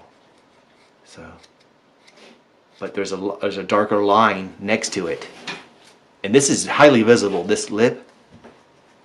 So it's remember the top I decided I was going to wrap it around. Up here, the sheet went and wrapped under, well, to it, and I just tooled it to the gum. Well, not quite to the gum. And it was clean and done. This one I'm like, I'm going to do it different. And I just went to it and I was like, I'm going to tool it on. Remember? This is me tooling it on. That dark line right there, see it? That, and right there on the top is, so you just go like this, or maintain that curve. You can try to use the surface of the sandpaper instead of the fingers, and that will eventually go away.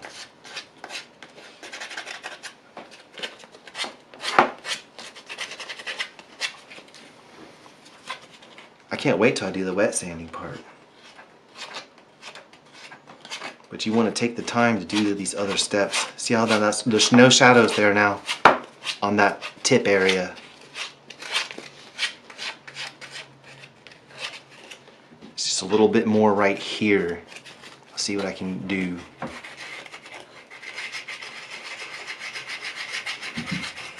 Is that gray shining through?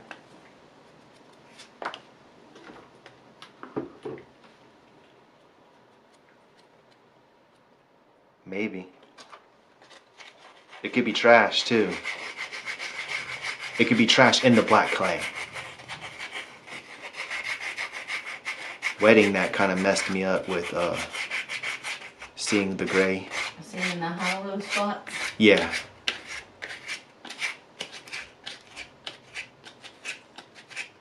Alright. Fixing that little area right there. I'm just kind of using my fingertips and just dragging that like that in little areas. It's a high speed cut type cut. So be careful with it. See that low spot? Straight on that. Right along the neck like this to get rid of that a little bit. But use the curve of the paper or even the finger. It's fine. Oh, he's fine.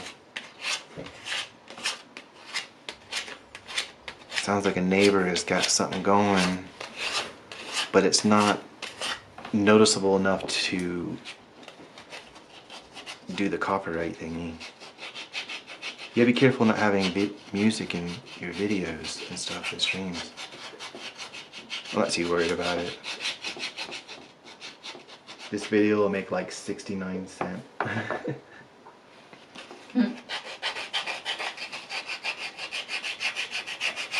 The first day, and then the next day a little more, and then a little. Some of these YouTubers, they got thousands of videos, and I got like 350 out of 15 years. I definitely was not spamming the system. I never wasn't doing anything like that. But I don't know if y'all are aware of this, but YouTube allows some big companies or whatever, or some big, it's not like against the rules or anything, but there are some entities that will batch upload thousands of videos at one time. It's just whatever it is they're doing or whatever, and then it just, you would be surprised, shocked if you knew how much video is uploaded every minute. It's hours, probably hundreds of hours of video every minute just being uploaded. It's crazy.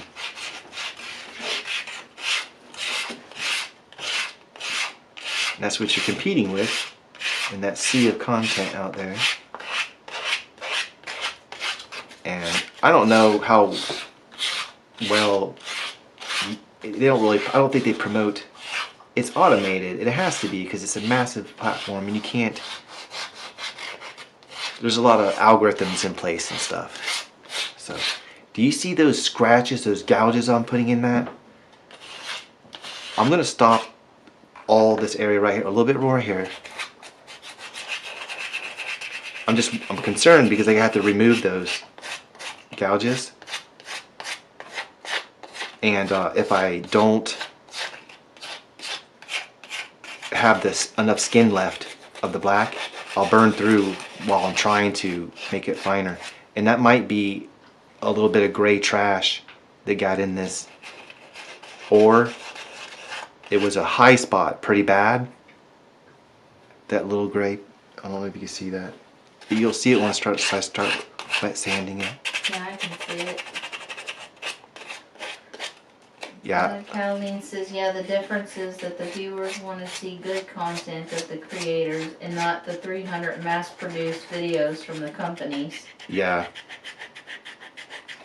Yeah. I don't know what happened to this channel. It was actually starting to take off. I mean, the content's pretty good. I'm calming. You would think that this would be like one of the big channels, right? But see, there's another Google product that I was using way back in the day, which was completely allowed. Okay, I'll briefly tell you all this. It was advertising product called Google AdWords for video advertising. You could take one of your YouTube videos and set up your keywords and stuff like clay, polymer clay, sculpting. Just use those. Those keywords no one are using. 1 penny. They were like 1 penny a view. I'm kidding you. I'm not kidding you. I was paying 1 penny for a view. But the ad that was showing on my video, and this was perfectly fine at the time, it would be 2 or 3 cents or more.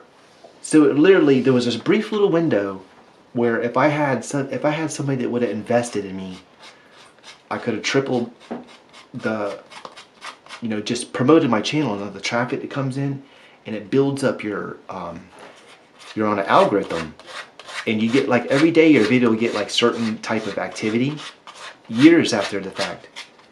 That's how strong that is or whatever. It changes all the time, every day and stuff. And what I'm thinking what happened is maybe somehow my channel got flagged as a company or business because I'm promoting it, and it maybe changed the parameters a little bit. Because think about it, if that's all it took was just to promote yourself with your own money, you could put $1,000 on a campaign and get hundreds of thousands of views, about 100,000 views, right? And then that view, it suddenly boosts the ranking of that video. You can get the traffic, the new audience and all. All you have to do is just buy your way in. As a company, you could just, I don't know. I know one thing, hundreds of millions of dollars are involved, and people are constantly trying to game it. So they got to switch it up, and they got to make it to where it's hard to understand, or where, you know what I mean? And I think something happened to the channel, and I've seen testimonies of other people that's big YouTubers that lost their channel, that they contact the people, and they tell them that they don't know what happened. It's the equivalent of getting struck by a lightning. It's an anomaly. Like the algorithm will drop off all their videos, and they don't get the views they were. And they tell you that if you're not happy with what your channel is, then you just start another one. There's nothing they can do to help it or fix it on that particular person. So I would watch people's testimonies and all. I was like, what's happened to my channel? What's happened to it? Go to my community tab and look at the photo. I put a photo. That was out of nowhere. It just crashed to the bottom. And no matter what I did, how many videos, 3 in 1 week or 1 every 3 months, it was the same amount of money, same amount of views. It didn't matter. It felt like it was broke. Very discouraging if it's a career. You know, this was a hobby. It's my career now. There's so many new things that YouTube has started. This is the last day that we'll have the threshold of the watch time, guys. We did it. We needed 24 hours, and this stream will definitely. I'll be getting 30 to 58 hours a day, but I've been replacing 10 hours on the previous side of the year. So I had to at least make that. And when I first started, I told y'all I needed like 90 hours or something. And I was only getting like, I was uploading little videos of Willis and just a little this and that. It was doing nothing. The days we were replacing were 20 and 30 hours. So by the time I got to 5 or 6 days left, I needed 140 hours of watch time. And we have got all of it. Can you believe that? It's just, I'm so, well, we definitely got this. And I can do more sensible projects and timing and stuff like that. You know, right now it's just like, oh, I don't want to be bunted out and have to reapply and do all that stuff. It's nice that we pulled it off. I couldn't have did it without everybody who's watching. Thank you.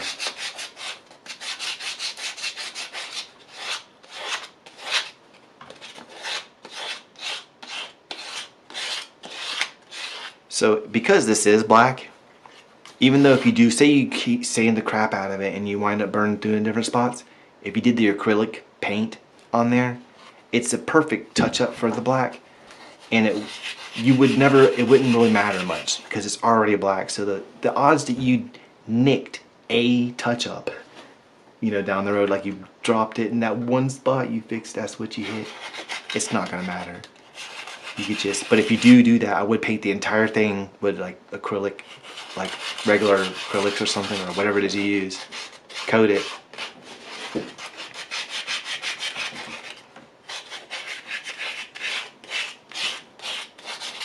Do you see how nice this is starting to look? There's no dark stuff there getting there. Kathleen says, that's amazing. Akil says, congrats. Akil, more good things to come. Oh, absolutely. More good things to come. Really, it's sky's the limit. Imagine, I was holding myself back, like with just my mental health and all. And it wasn't on purpose. I mean, I would sit here and I would stare at this stuff every day. I would cry. It doesn't matter. I'm here now. And that's not even embarrassing to say that, because I've done that so many times. Guys, I'm back. Guys, I'm back. Guys, I'm back. I'm not even embarrassed to say that. I am so here. You have no idea.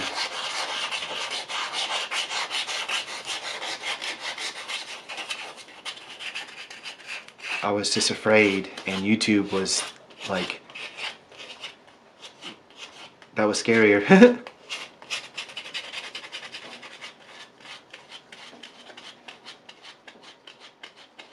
Sometimes something scarier can help you through something you're scared of in the first place. If you're scared of a dog and it's coming or running at you, you turn around and you run from the dog because you're scared.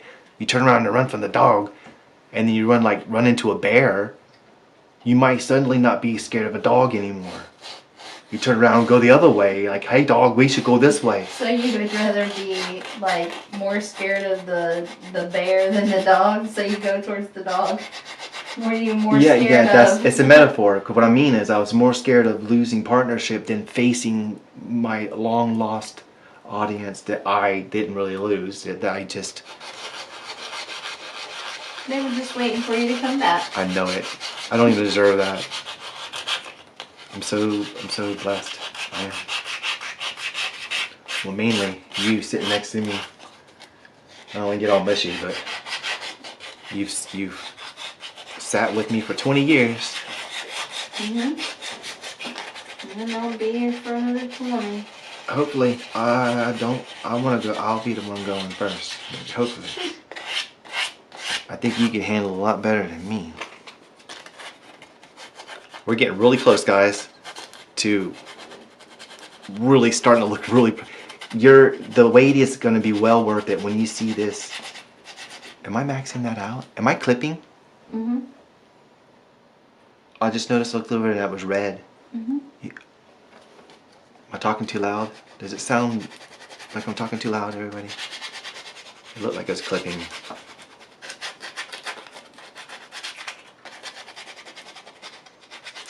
I'm actually glad that I'm doing the a sanding session live, because this is it's a technique. This is technique right here. And when you're trying to, when people see it, they can't believe it. They're like, oh gosh, I can't believe that. I'm barely pushing on this. What this is doing, okay, so you're probably wondering, Tom, why would you do that? Why would you drag that all the way around like that when you only need it gone here or here or a little bit here, and there's a good dip right there because look how dark it is. It's because if you don't do that and you just do the areas, because you can't agitate that and get it sanded, it won't be a computer animated, like it wasn't even like I didn't make this. Caroline says is not too loud. Okay, thanks. You're bringing the surface, the entire, that's the better way of saying it, the entire surface is gonna go down till this disappears. And if you could do it just right, I keep saying it over and over because I have a feeling that once I get the wet thing going, you're gonna be like, wait a minute, what happened? Like, how did it look so good? You're gonna be like, well, how did this? But now you won't be so wondering because I've been saying it over and over. This part, the long strokes. Just every now and then, make sure you return to doing this and curve it like this. It's turning out better than what the piranha plant was when I sanded it. You get better as you go. The funny thing is I was doing it in my head though, right? It's like riding a bicycle. A little more right here at the bottom. I really want this. They're pretty deep.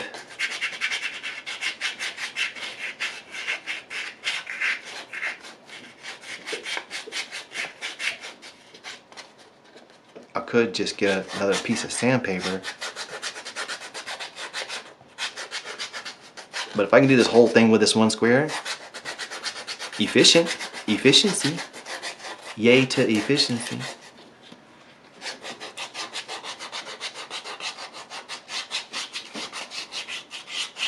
You should always want to try to reduce your footprint, how much stuff you're consuming.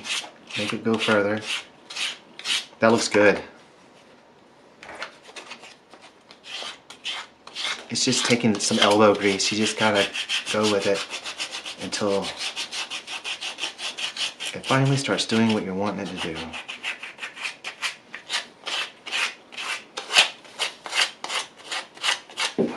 Now, I can focus on putting a little more pressure towards the end, and it will taper, the surface that I was talking about will taper down as it gets to the end, as opposed to, like, to get rid of this, I don't need to take all this all the way up here too. You know what I mean?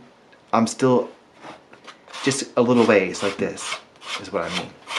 We'll get rid of this one right here. But you don't want to do it really close because you'll notice that. So something like this. Y'all gonna be pros. If you weren't already.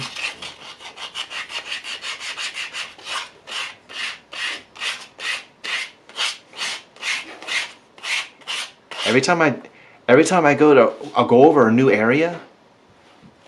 See, when I'm touching it, it kind of gets dark again, where the humidity and sweat. And when I go over it again, it'll show me again if there's still any low spots. It's still telling me stuff. And you have to be careful. If you have OCD, you might, in a few hours, there'll be copper wire here, and you're like, wow, where did the sculptor go? No, you can't, you can't just sand forever. Can't sand forever, because I'm not with 80. If it's just a comfort thing, then switch to a finer. Start with 600, then get you the way. No, I'm just joking. You don't want to start with 600.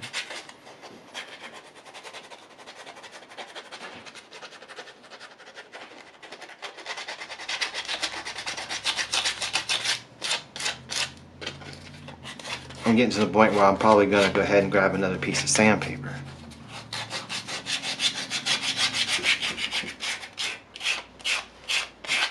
Maybe not. This is it.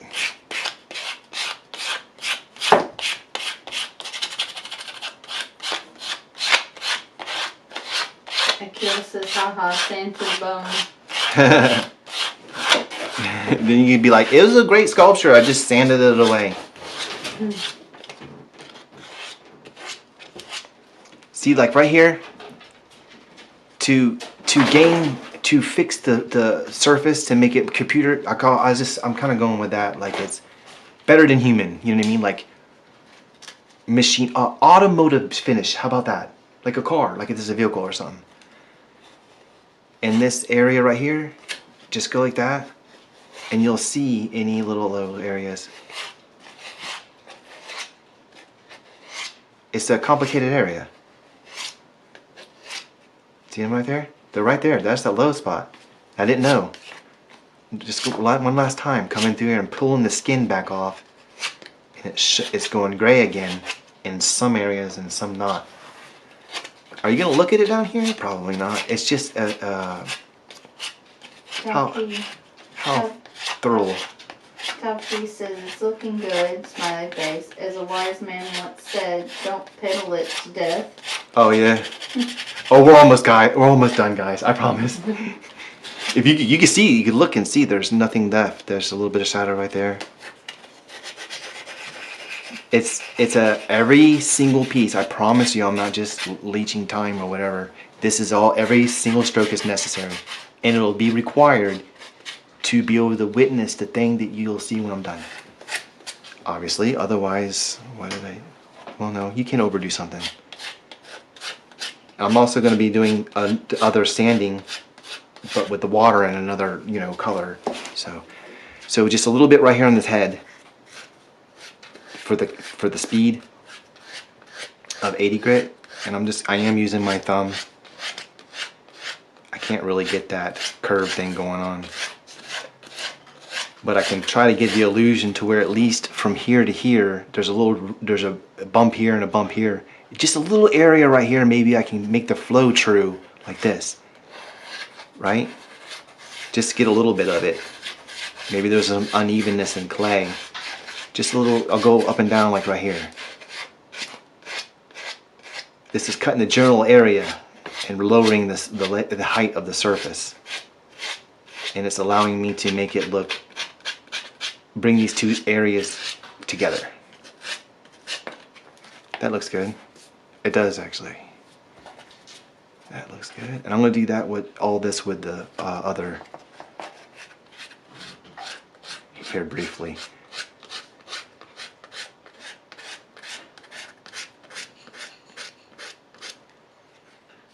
See, that's very ripply right here. But if you want this to be high shine and stuff, and you might have to leave the ripples and all, but you would still want to sand it, so you just immediately go to a finer grit, like 400 or something, right here. Piece is the hardest part of any art craft, is knowing when to stop. Yeah, oh yeah. It's very true, because it's a something. It's always like, especially watching a painting or a drawing or something. Sometimes it looks like you could go, they could stop. I'm speeding this up just a little bit with this paper. Oh, on both sides of this. I'm having a feeling it'll help me a little bit. Staying out the eyes. The eyes are pretty thick. I was like a half thickness of the epoxy machine. I can't remember. Alright, we are moving to another grit. I'm sweating. What's that air on?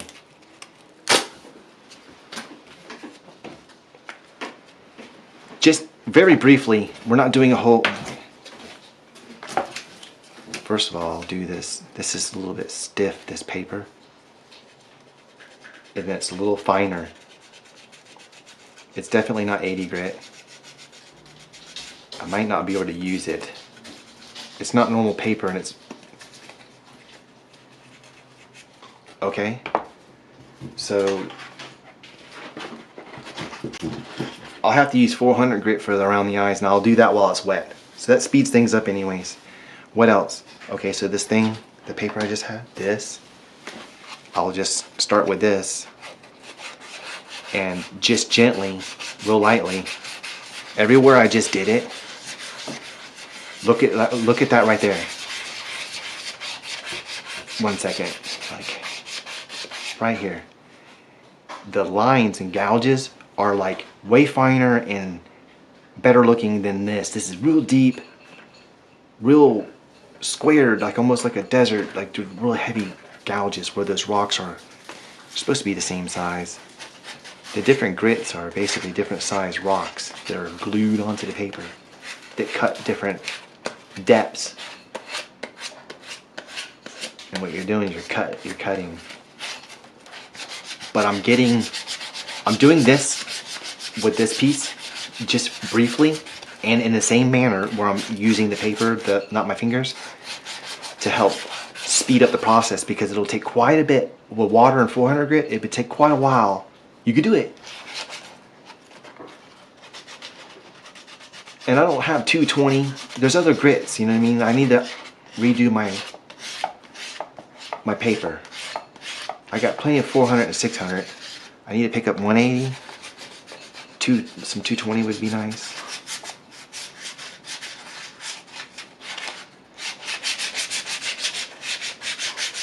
But being careful not to, keeping in mind this is still cutting. It's a little finer, but don't let that fool you. This is cutting. It's adding more debris down here. And if it's real critical that you cannot cut through this skin, because what if this was a cane and not a single color? Sure, if we burn through this, we can acrylic paint, do some acrylic paint. But if you had cane work on this, then you would be like, oh no, there we go. You had to get creative, mix up some colors and try to fix a cane work. Sounds like a challenge.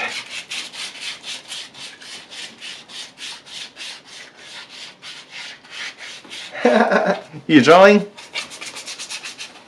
Do you like to draw? I miss it. But that's like that's a lifetime ago. Oh my gosh. 09, some of that work. Most of it. Same as before, kind of drag it through the curve, through that curve.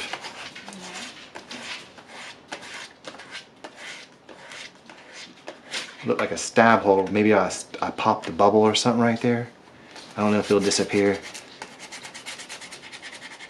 Probably doesn't seem like it's doing much, right? But this is actually taking a lot of that heavy stuff out.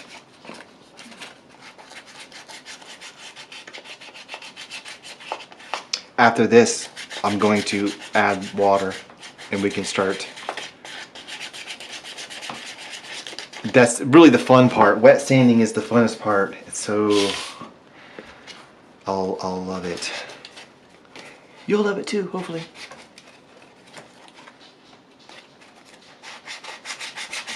But yeah, I don't mean to be boring anybody. It's all in real time, real life, so it just takes time. It takes time. Beautiful things take time. Good cheese and wine take time.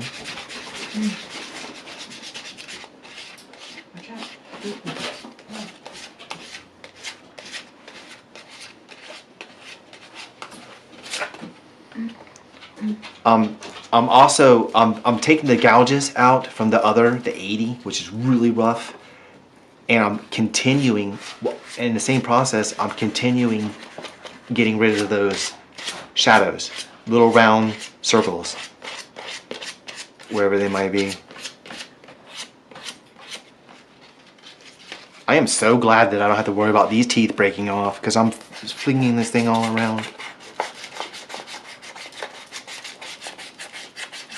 I mean, it really is wild.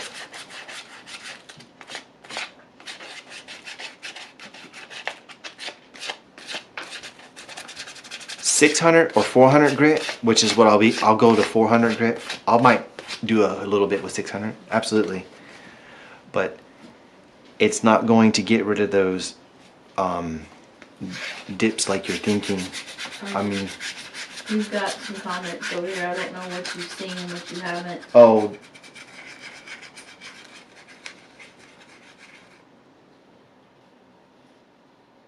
Would there be a benefit to skipping the coarse paper and going straight to the finer sandpaper?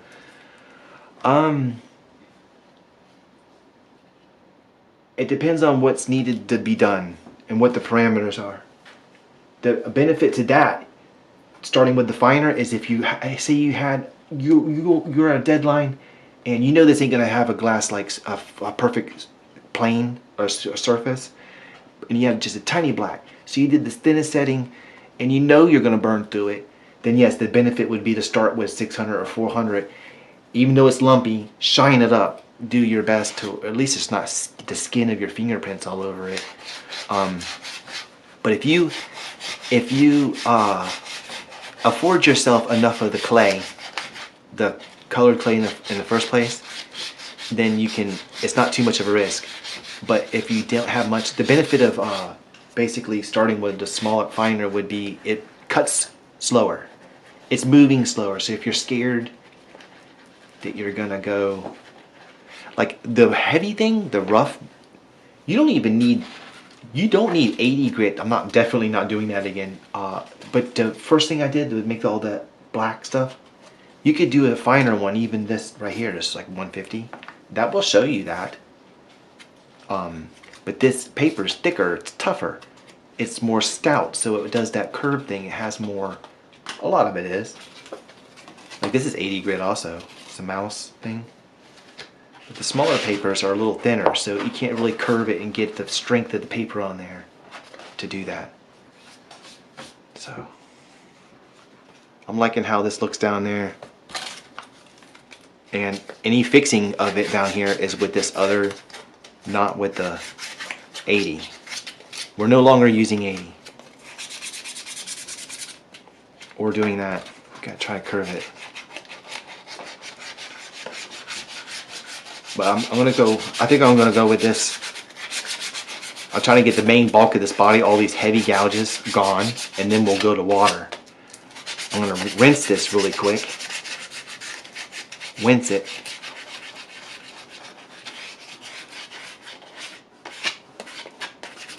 Right there, last piece. Promise, I promise.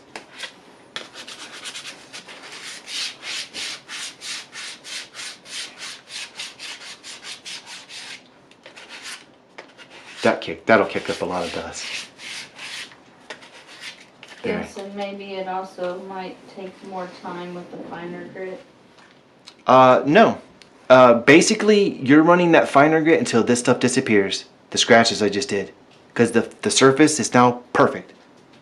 But it's scratched, scuffed. You're basically reducing the roughness of the texture. I'm going to rinse this out really quick. And I'm going to take a 3-minute break. I'm going to rinse this out with water, use the restroom, and I'll be right back. Right back. We're going to do the liquid sanding. Hi, Willy Wonkus.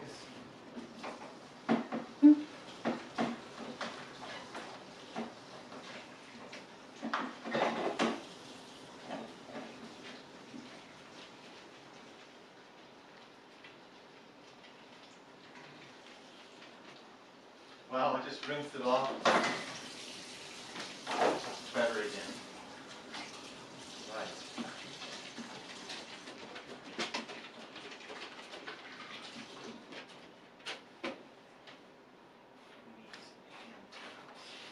I'm almost done.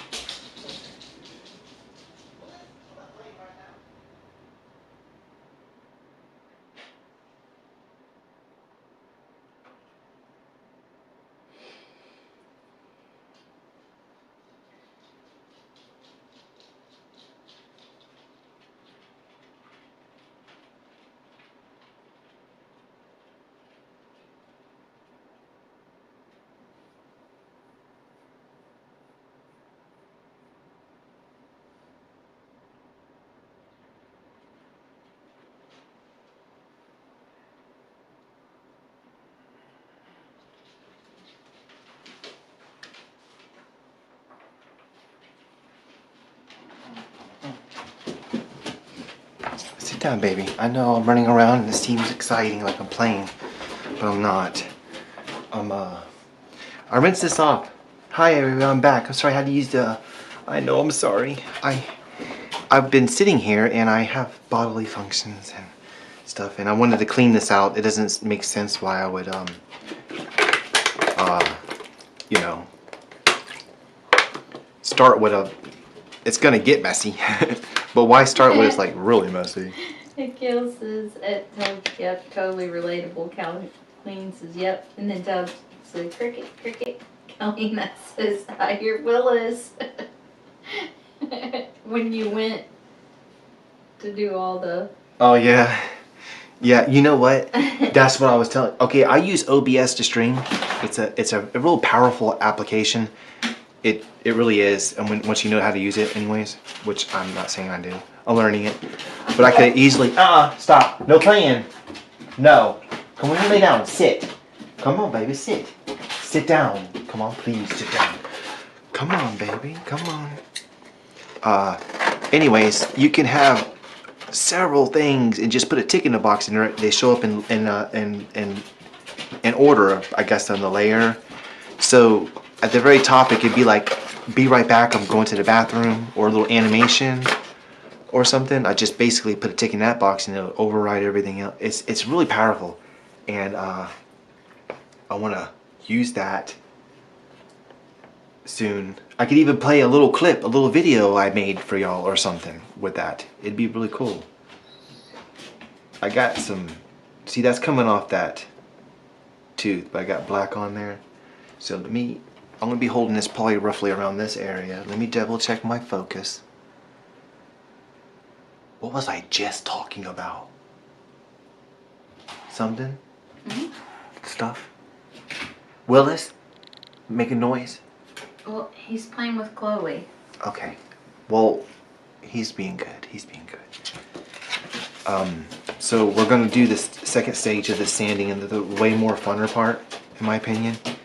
I got several sheets of the 400. This is 400 grit. I also have 600, which is even finer. They're very close in fill. I compare sometimes sandpapers, different brands and stuff. Two different brands their 80s may feel different than each other. So you might like Gator, or you may like something else. But the wetness is already there, like on this, and we're doing the same. Believe it or not, I don't want to sound so monotonous or persistent. Like you gotta use the sandpaper. If you want to train yourself how to do a contour, like you're doing some really crazy, even an automotive, if we were doing a hood to a car, what if you literally formed everything and you got your own contours? You want it to look like a real vehicle? You have to use like a line file, or you don't never use your fingers. So I'm doing the same thing. And we can go a lot quicker and push down on this though. A little bit, you know, to the extent of the paper. Baby Venom, get in the bath. Yeah. Get in the bath. You could do small circles like this. I might be getting a little crazy with you, saying, no, keep holding it like that certain way. The gist of that is, that's a good habit to try to use the curves of the paper. Because it's still working, it's still honing, you know what I'm saying? That makes sense, right? It has to make sense.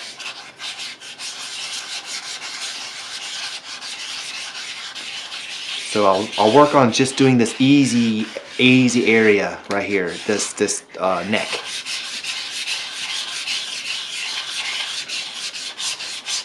And like this, and then do the fast. See that slurry? You see how it slurried up really quick? Just changing that direction. That's proof that if it's going to cut fast or not. It literally, that's all debris. I am still burning through this. But now if you look, that was the side I just did, just this general area. Those scratches are starting to disappear. And it's starting to look nice, a lot nicer to just look at. We'll sand this and stuff. I'll probably clean this and just do the body first. We can go like this.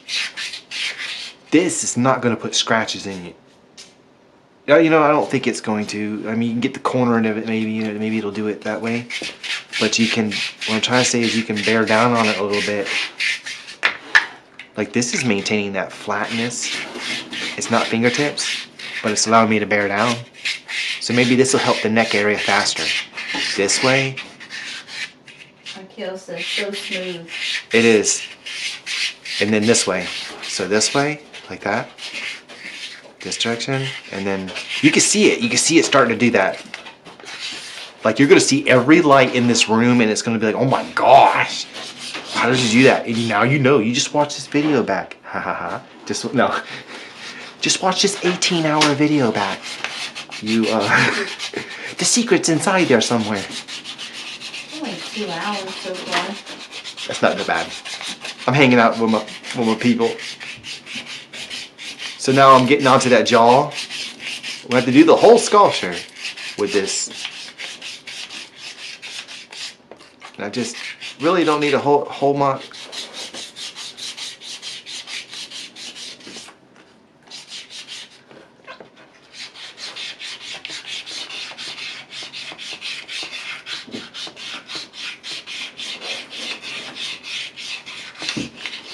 kind of like that a little better. I'm gonna hit the focus on that.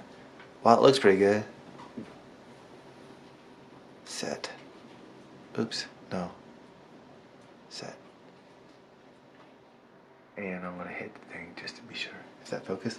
Mm-hmm. It was before. Oh, sorry. Well, I guess here to here is not much of a difference.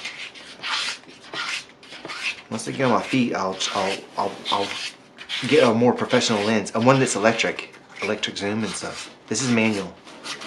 It was the cheapest. I had to get the cheapest lens because the camera was so expensive. I think it was like what, like it was $1 million. Might as well be. But that Lumix FC1000, a beautiful, awesome camera. I should sell it, really. If someone doesn't need to use an HDMI output, then it's like a perfectly good camera. The HDMI output shorted out, and that's how you broadcast. Very few cameras use the full-size HDMI output. There's gouges right here. See those scratches? It's all there while I was dragging that other paper. So like this.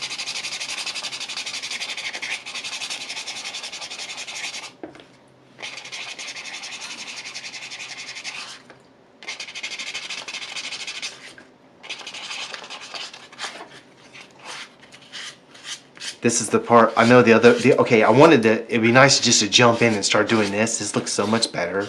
I mean, it's, when you're thinking about random people just dropping in, flipping through YouTube, it's like, oh wow, look at this, shiny, wet sanding. Look how pretty that is, going like that. Wait till I move to 600. No. And this looks way better than the other part where I'm trying to get everything. It wouldn't look like this. You wouldn't find these curves. He's fine, baby. No. I try not to get too distracted with the animals and stuff. My co-pilot is supposed to be, she's putting them up. It's very hard not to play with a 1-year-old puppy. You understand? I'm sure y'all understand. He's chewing on stuff he shouldn't be chewing on. Right, it's called my heartstrings. I don't know how he gets away with it. No, he don't get away. He's a good dog. It's like I know. He's practically my first dog. I had one when I was really small, but I guess I wasn't a good pet owner. Our neighbors wound up just taking the dog and they played with it every day, so I never complained or anything. And as an adult, this is my first adult dog for sure. And I'm hooked. I'm hooked. I just absolutely love this dog. It's like a person, it's a little person. It's better than a person. The animals are so good. Mm-hmm. Oh, I didn't mean that like, I'm not a people hater. Like, people are cool too. But a dog, I think a dog is really truly capable of the unconditional love. A lot of words and phrases are just thrown around so much and so often they lose their meaning, they get watered down. Like so like what exactly is unconditional love? Is it even a real thing? Or something just us humans made up? Regardless if that's true or not, I honestly believe that the dog can display that genuinely. That they won't. Colleen says I agree. Yeah, they'll love you even if you start going bad, like if you're drinking or they'll be there through it all. Bless their little hearts. I can't believe it. Like, my mom, she always would have so many dogs. At one time, she had like, 6 chihuahuas? 5 of them? She would have like a lot of dogs. She had 4 chihuahuas and, what was that, one dog? Pomeranian? Yeah, something like that. And at one time, she only had 2 dogs for the longest. But they were always little dogs, and they would bark and Yep. Yip Not and bark. Yep. yeah. Oh yeah, that's not a real. Oh yes, it's not a real bark. I'm quickly learning what a real bark is. Willis has a big bark and a howl. Oh, so anybody just dropping in on this new? This is a polymer clay project. This is cause clay. It's rubber. So just remember that, guys. I'm sanding rubber. It's like I bit it earlier. Colleen says Chihuahuas are at the same time the cutest and scariest dogs, laughing out loud. That's the only dog my wife ever was bit by was a Chihuahua. Ran up. And she was doing some of that delivering for Walmart food or whatever to help make ends meet, and she was delivering to some other. It was an apartment complex, and this little dog ran out and just bit her. And then ran back in. And then ran in. Like I was literally just walking by. She has bad luck. Oh, also, I don't know if I should say this or not, but my wife was attacked by our turkey. Rooster? Goodness gracious. Our turkey. Our turkey. He attacked my wife. The rooster. And I got in trouble for it because I'm trying to become famous on YouTube or at least get things back together. So I'm like, baby, just I'm getting the camera out. I'm getting my phone out. And I didn't know that it drew blood on one ankle and made purple dents on her other ankle. So she was injured, attacked, but I didn't know because he hops around so cute like a little Gumby from Mario. He runs so hilariously cute.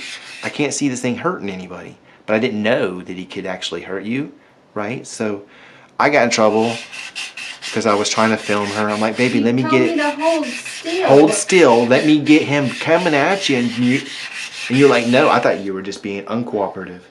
I didn't know you were injured and bleeding. I was just being a redhead, being uncooperative. I didn't know your health bar was missing 10%. That like he took hit points from you and stuff, and you know what I mean. I didn't know, and it blew my mind because this turkey is so. Oh my god. Turkey. Why? I don't know. You've been calling him a turkey. Why can't I call things what they are normally? What's wrong with me? Why am I using the wrong words? The chicken. He's so sweet. I walk him around and fly him. I help fly him like through the air. He just sits there. He just goes. Buck, buck, buck, buck. James with Aardvark says a turkey will do you dirty. So will a rooster. Turkeys are probably worse. Yeah, turkeys are worse. And I have a funny story to tell y'all. I'm not a very experienced chicken farmer. Okay, meaning I have no experience. And I build the coop. Well, for 3 days, our 2 chickens had to sleep on the porch in a small coop. Oh my gosh, they probably hated it. I'm like, I have to build you your house first. Sorry, you'll have to wait. And I did. In 3 days, I built the big coop, so they're out there. And I'm learning chickens. I'm learning how they are, how they behave, and everything. And I'm out there, and sometimes one time they jumped up and I was leaned over and she flew up on my back. I had my shirt on, and it was cute and it didn't hurt, and I tickled, her walking around my back. I'm like, aw. She's done it a couple times. One time I had no shirt in there and she did it, and that's a different story. No shirt, it's worse. The nails are bad. It's, so I'm like, oh wow, that hurt. She scratched my back. But then one day I was in there, I was doing something, I was like on my knees, and I was changing out food or something, and she hopped up on my shoulder, okay? Now I'm used to this. It's the 3rd time she hopped up to me, and what I was going to do, I was going to turn around, turn my head over my shoulder, look at her and say, "Aw, you're so cute." Just tell her, "Aw, look at you, you're so cute." That's what I was going to tell her. But all I got out was, "Aw." Because that's the amount of time it took her to take one little hop and poke me right in my eyeball. With her beak. With her beak, she pecked me. Right in the eye. She pecked me. She peckered me right in the eye. She gave me the pecker. And oh my God. And it was the gentlest. I swear it really was. It was just a little, what is that? She was like, what is that? It's shiny. Here's my eyeball. Here's the bird. She's like, what's that? She just barely touched it, and I almost died. The next day, my whole eye just keeps peeing all over the place. I'm like, oh my god, it was just terrible. So Caroline says, I mean, they have very pointy beaks and claws, so they can sure hurt if they're angry enough. they can, yes. And your eye is a very sensitive, unprotected thing, okay? It's a little clear sac holding fluid, actually, I think. Intel Key says, OMG, when I was 10 years, I was attacked by a rooster literally half my size.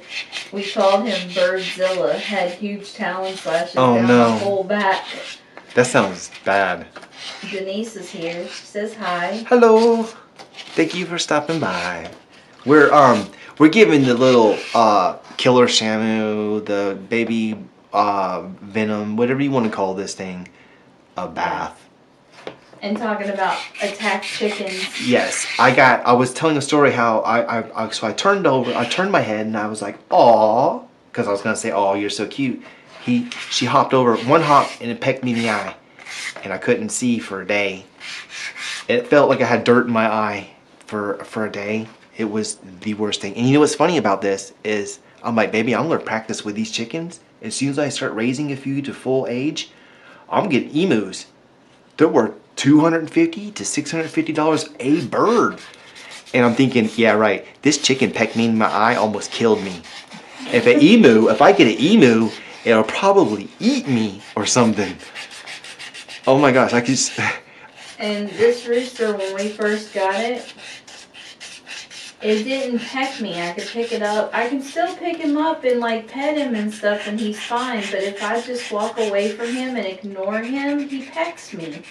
So I think it's like he's mad at me because I'm not giving him attention. Could be.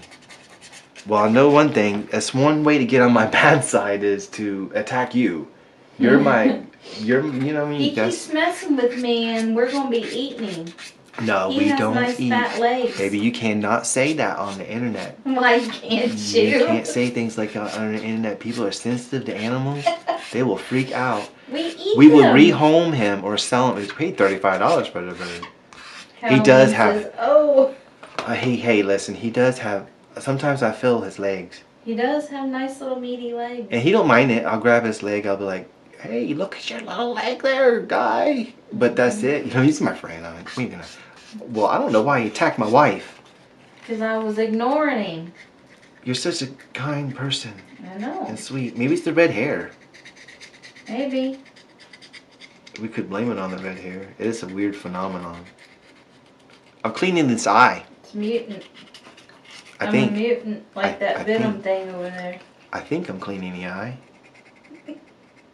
Guys, the way this came together, every little part, the decisions and stuff, is just so awesome, I think. The way I did a snake around the eye. I laid the Y's, I cut them at the same time, laid them down. I can't remember the thickness, so half the thickness of this pasta machine thing. Then I put a little bead around it, remember, and then backfilled it. All these little decisions wind up making something rather cool. Caroline says he wanted to play with her but forgot his own power. And I think after, thinking about it after the fact, it was hilarious to me. I'm like, man, baby, I didn't know. I'm looking. I see blood. I might start crying. I worry about this one over here. I don't want her getting hurt. Okay, so it went from me being. I quickly went from being frustrated with my wife not cooperating and helping us get famous to, oh gosh, are you okay? Is your feet there? Did he get your little piggy? Maybe. I can stand up for myself though. That rooster, me and him go round and round now. Yeah, you definitely defend yourself. Hey, it's self-defense. If you have to give him a little shove or something, it's self-defense. I wear my Crocs. Yes. Well, now that you know that it's a possibility that historically that he can be temperamental, you need to watch your feet. Yeah, I need to stop walking around barefoot around the rooster. Yeah, he likes those piggies. I'm trying to get in there with the sandpaper. if I just push. 400's even lighter. I won't damage these snakes as bad.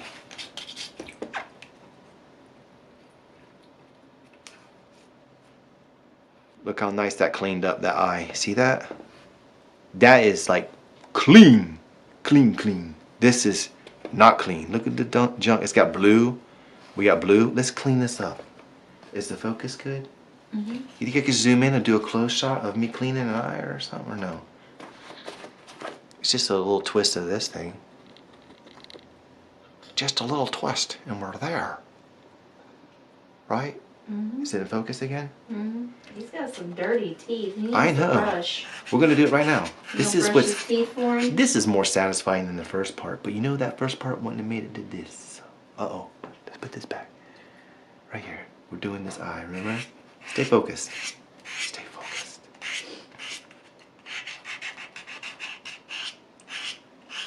Nice. This, because I'm actually using, you know, someone said, would be a benefit of starting with a finer grit? Would there be a benefit, whatever? To help your curiosity, this is the scenario right here. I'm starting with 400 grit instead of any. I didn't touch these eyes with anything else on purpose. I don't want. If I feel like this is not doing enough, there's too much blue in there, trash or whatever, and it just ain't doing the job, then I might go to this, a piece of it or something. But this is mountains different than 400. It's 220 is really what you would probably want to try. Just so you know, excuse me. The higher the number, the finer the sandpaper is. And the smaller number, the bigger the rocks are, the harder it cuts. So like, I don't know if you ever seen like 40 grit or even like 20 grit. It's like big rocks laminated into resin. It's something you would try to clean resin off of a concrete or resurface a concrete slab, or if it's diamond or whatever, you get the idea. But the 1000 grit would be almost like computer paper. It would seem like it doesn't have abrasiveness at all. He says animals can be so funny. Once owned a ferret that every time he was socked, he immediately chose violence. Every time he was socked? It says every time he was socked. Maybe every time he wore socks? Oh, I put socks on my... You could put socks on a ferret? Oh, wait, you know what? I would think that you would just stick the ferret in a sock. Because it's shaped like a sock, kind of. But listen, yeah, a tube sock. You could put a ferret in a tube sock. It's funny you're talking about a ferret. I was attacked by one of those when I was a child too. It was a friend, a little child. I was little, and there's this little boy, and he had a ferret, and his ferret bit me right here. Watch what happens, right? I'm a ferret. Bite me, and then I pulled it. I'm like, ah! I pulled its body, and it let go, and it got me again. Let go, and it got me again. Let go, and got me. It did like this railroad. Colleen says my maybe gosh. every time he saw socks, Oh, he would go crazy. choose violence. Yeah. Yeah, they are. It's cool how they have personalities and That's stuff. how he says saw socks. Even a small creature like a hamster and stuff could show personalities. And birds, these birds I got, they're different. They give me different looks. Bella's getting a lot more. She's getting where I can hold her and all. I want to do a video with me holding all these birds, maybe like whistling at them or something. They're just so precious. Just fun little editing. Funny things. I got some ideas for some funny things.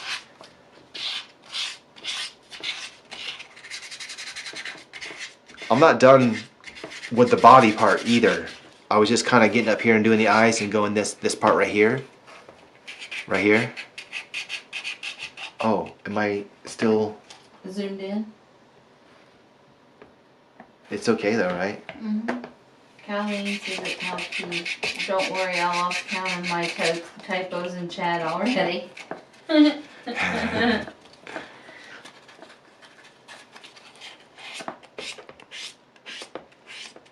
So I did drag that one sandpaper through here, if you remember. A few times. I'm like, this will probably help me. There's gouges, I can see them right here. So I'll just see if I can go in the same direction or even the opposite direction. Not doing too much damage on this skin, the surface. If anything, it's taking some of the machine work out of it, like the angles to a piece of skin or something. It can make it look more realistic. If you need the height of the rim surrounding that, then you want to stay off of it.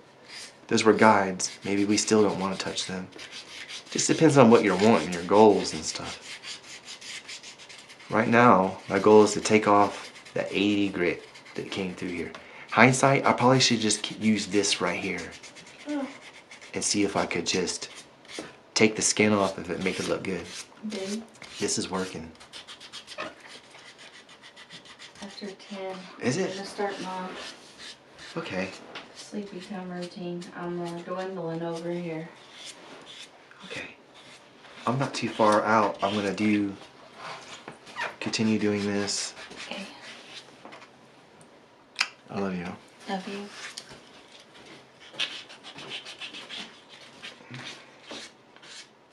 Alright. She set it up to where I can see the text and stuff. I'll try to look.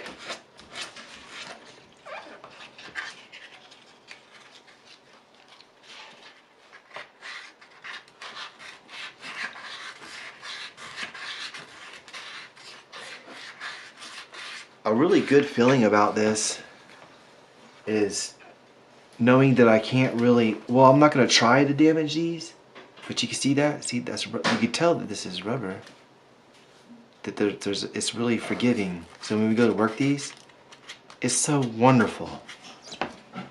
Where's that? Oh, I hung it up over here. And it got hurt to just grab this for a second. Just for a few seconds, off topic. It's cosplay, it's the same thing. It's something I would do. But you see how thin this is? And you could be just as rough. Like I'm trying to take the skin. I'm taking my fingerprints off this. I didn't even do this yet on this flower. Just do that a few times, and even the tips, it's not doing anything. That's amazing. I'm not trying to sell this clay or anything. I'm gonna see if I can get a referral code. You know what I mean? I'm gonna be using the clay indefinitely. See if I can help the company and they can help me. Be like, guys, I'm back.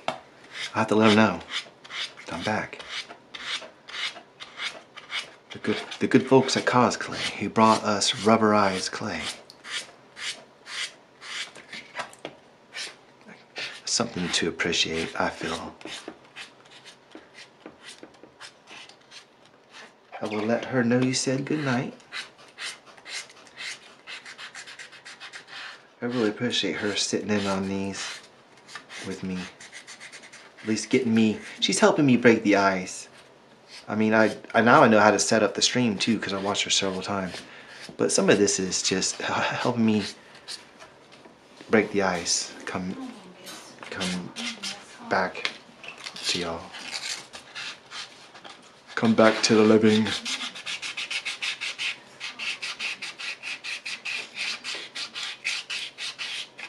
It looks like I'm still in the shot. I gotta remember that I'm zoomed in, so if y'all don't want to see it so close, the minute you don't, anyways, just let me know. It'll probably look good though when I'm doing the teeth.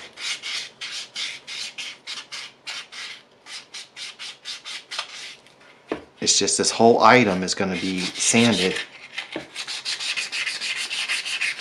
I'll have to do it fairly well, and then briefly, just seconds, with the 600 can really do a big difference. You could literally polish this to a sheen without using any chemicals. I mean, you know, in theory, why not?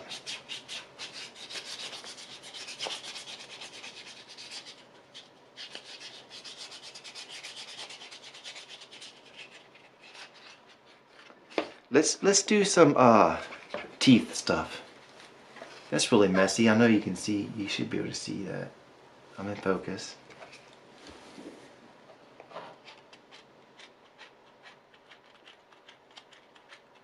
like I'm not trying to break these things, but I'm trying to get all the pink off of there. Sometimes it'll help to get a piece of fresh sandpaper because I'm in the water. Well, you know what? It's fun because you can cut this in every little way you want. See my curve? That curve I like to do? See how I hold that? Can I do something like that for this the base of the tooth? Like this. Look at that. Can I use the corner of this and use the sandpaper itself as a tool? Clearly you can. Hi Willis. I love you, dog. You're gonna be on YouTube. I'm gonna put you on YouTube. So when I'm done with this video, I'm gonna do a quick video that Willis made, okay? My dog made a video. He's trying to help too. He said he could do it better than me. He's like, I'll make better content. Willis made an ASMR video. So, and it'll take seconds to make it, and I'll do it as a YouTube short, which is the little loop. So. Good night, everybody. Oh, someone already told you good night, No. Caroline? Yeah. Caroline? Good night. Thanks again, baby. You're welcome. For- Anytime. And still in the camera. Even with the gums, I could take this. I should be able to clean those gums. Looks like there's black, or I might have brushed them. You know what I mean? With the paintbrush, the softener.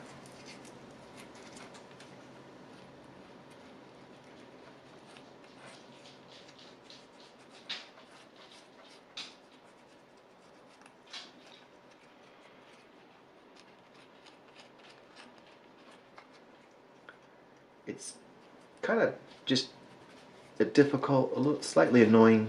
You gotta like what you're doing. This could be tedious. It could seem tedious, or it could seem highly comforting or therapeutic. It could be perceived as whatever you want. Pretty much. I like it. It's satisfying. I'm trying to uncover the pure clay that's underneath because there's trash. And you see how clean that tooth is getting? How pretty it is? I told you, this is going to look unbelievably, wickedly cool when it's done. Because I've honed things before on this channel. And if some of y'all here have been 10 years or longer. So, you know what I'm talking about.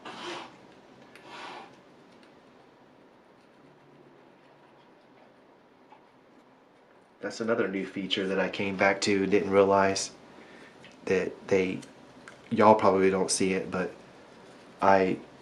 some of the users that's been there like a year or longer, it'll have a little suitcase looking badge next to their, I don't know what it is, it's like it's a symbol, and when you mouse over it, it says they've been subscribed for a year or 10 years even. I think that's fantastic. Back when I was trying to get big on YouTube and all, of course I would watch the bigger channels, and I could only dream and all. And a lot of times I've seen, one of the main things that I can remember is these channels would never reply to anybody. I mean, big channels getting millions a year, and just 50,000 subscribers a day, and they just won't reply to anybody on the comments. And I would try to reply to everybody. It's just weird, you know?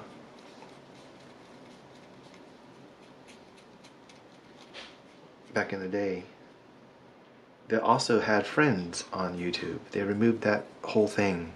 There's no friends. There was page views. That was a metric. That went bye-bye. I don't know why. I mean, it's in your, I think it's in your analytics. Impressions is what it's called. how many times a thumbnail is shown when I upload it. I don't know, it's weird. If you ask me, it would make sense just to send the video to everybody who has subscribed to this channel. You know, it's weird. At some point, Google was worried about people turning off subscriptions. And if a user was to upload several videos, it would overwhelm somebody and they would just turn the notification off altogether. So, and I don't know, they only mean best for the site. I know that.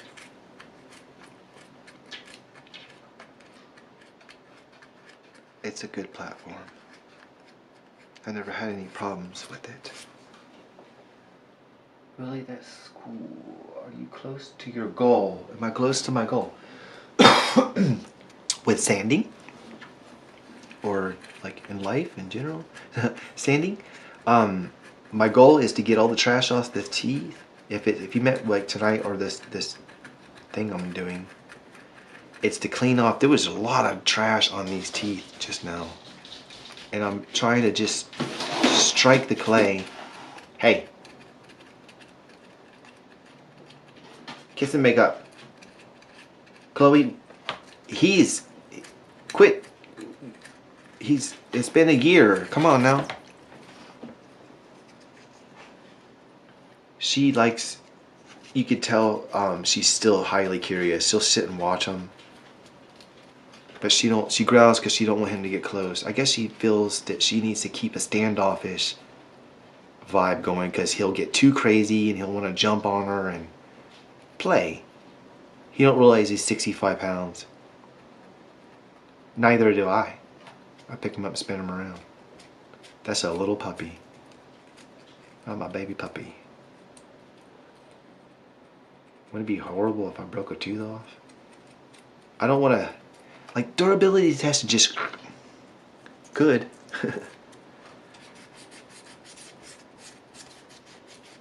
Look how clean this looks right here. The gums is cleaning up. It's just lint. It's lint. It's clay. It's blue. It's black. It's fingerprint. It's cleaning so gorgeously. Maybe.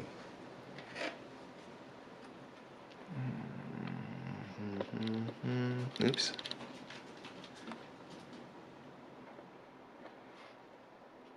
And we'll go with right there. Set. But the goal for this, let me do a little bit with this tongue. It's just dirty. And I did touch it with the black paintbrush, with the paintbrush that had like black residue. So I need to... This is a pretty gentle, forgiving grit to work with this tongue. Of course, you wouldn't want those details. You got whatever it is that you did to get those details. But you know, stabbing it with like that metal, I think it was a metal thing I stabbed, or it was actually the bristles to a white brush. I stabbed the tongue while it was on the table. But I could have did the metal, like metal bristles. And when I come back and do this, it would still leave all those pits, which would be good for faux painting or something. But at the least, I can get the trash off the tongue, and it'll give. You almost. It's up to you. What if you need, or if you think it could use some skin cleaning, some sanding, or just entirely leave the texture of what you did. You know, that's up to you. Being that there's trash on it, I'm sanding it, so.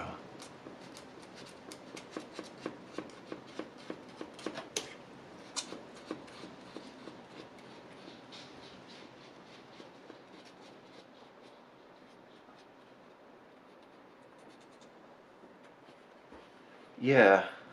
Thanks for sharing that with me. I was just reading what you said.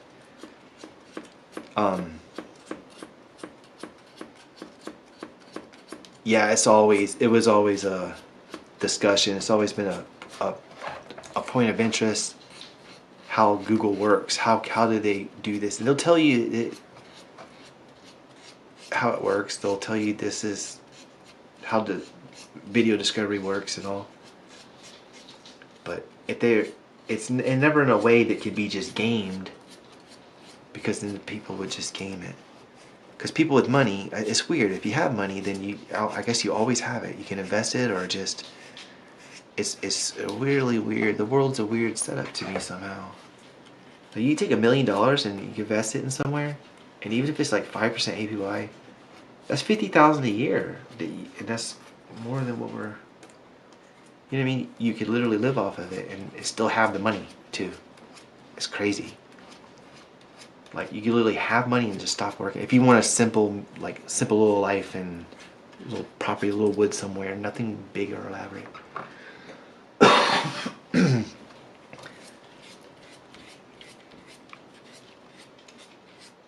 I never really had much of an interest in money. I really don't. I also don't have a mower. A lot of things, but I'm changing that. We're gonna do some cool stuff.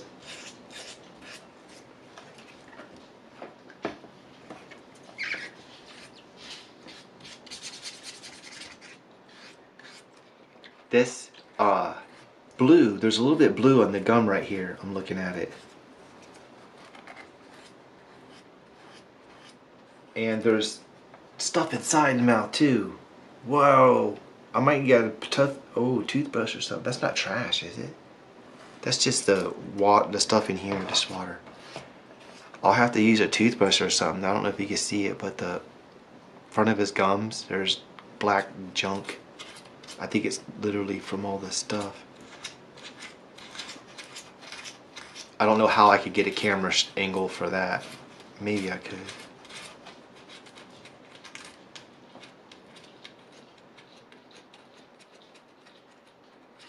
First maybe super sculpt, it was still worse.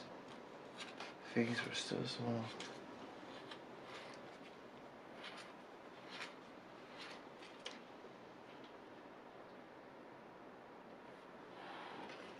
Yeah, I was just reading a comment about baking things off. I found that if you're following the temperature, you don't exceed the maximum temperature, this stuff is quite forgiving. Think about it. 15 minutes to pre-bake the teeth, that way I could stick them in the gum. Then I made the 2 shells and I put all this together, squished it together, baked that for 20 minutes. Now the teeth got 25 minutes. Then I put the skin on all that thick clay, baked it for 30 minutes. Now we're at 55 minutes for these teeth, and that's not even, that's a 1/4 inch thickness. It should have been 15. They ain't turned brown or anything. Could you bake it for 3 days at 275? No, most likely not, but if you're following the rules, the parameters that outlined by the instructions, usually it's pretty forgiving, I would say. How's that trash? The sandpaper is coming off too. Yeah, that's a piece of sandpaper. There's an area right there on the sides. This is starting to look so clean and nice. And well, I'll get that 600 and just briefly rough it up on different areas. Like this. Every time I get it wet again, it'll look good again. You know what I mean?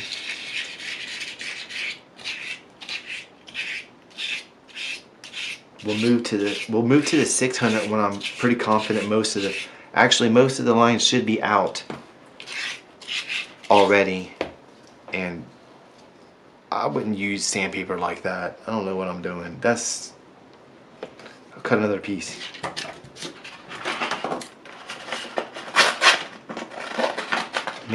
I'll maybe cut another piece.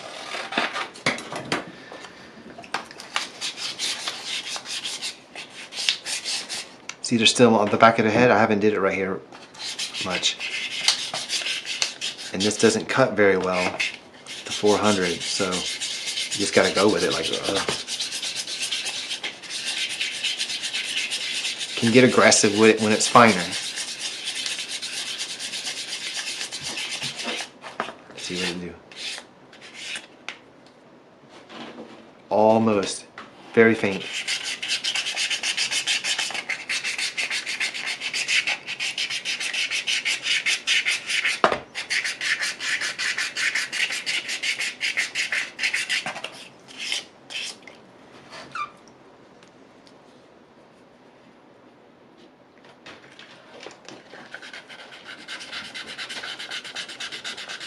Doing well, Val. Are you bored? It's raining, so even if it wasn't me doing this video, we can't really run. Well, we can. We can run around the rain. I'm sorry, baby. It's late. It's your bedtime. You're young. You're only 1 year old. Go to bed. Dog gets away with anything. I say that, but he don't do nothing bad. Look how good that's getting.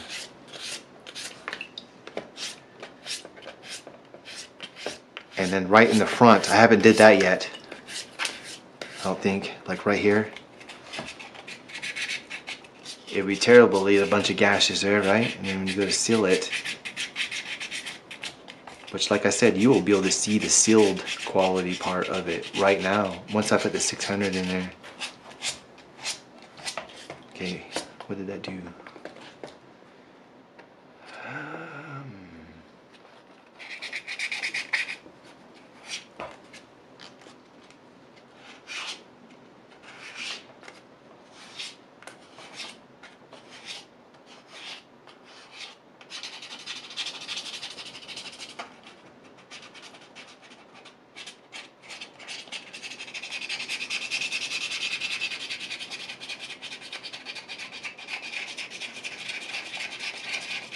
Oh, that does it right there. I'm using my fingertips.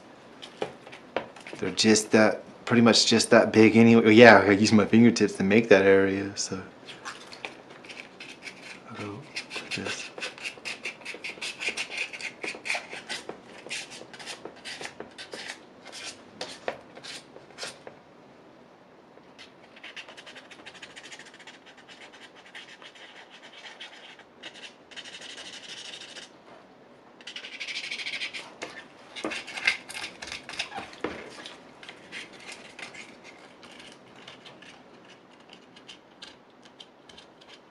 There's pink all over these teeth too, where I rubbed that brush all everywhere. It's not as noticeable though, because it's kind of like that flesh tone, the fairy light rose or whatever it was. Memory's terrible. Like I was telling you, that would be a something less noticeable getting on here as opposed to, say, black, for example. Any black that got on these teeth from this, you would see that right away. So it's something you gotta kind of have an eye for and look, just look. There might be some of that pink stuff on there, and there is, like right there, there is. And what happens is I'm taking this paper and I'm grinding that off, but at a fine enough grit to where it's actually making the teeth look good too. Let me wash this. Come on now. A piece of black? Nope, sandpaper. And over here on the back side there's a booger or something hanging. I don't know what that was.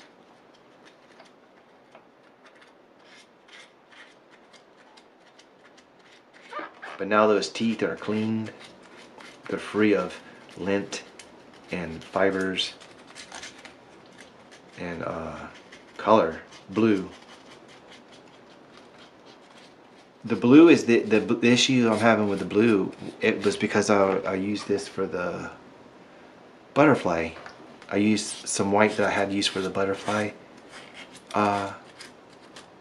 wing thing demo. I just went live and made the butterfly cane, which I still have that sitting here somewhere. I have to reduce it and make something nice with it.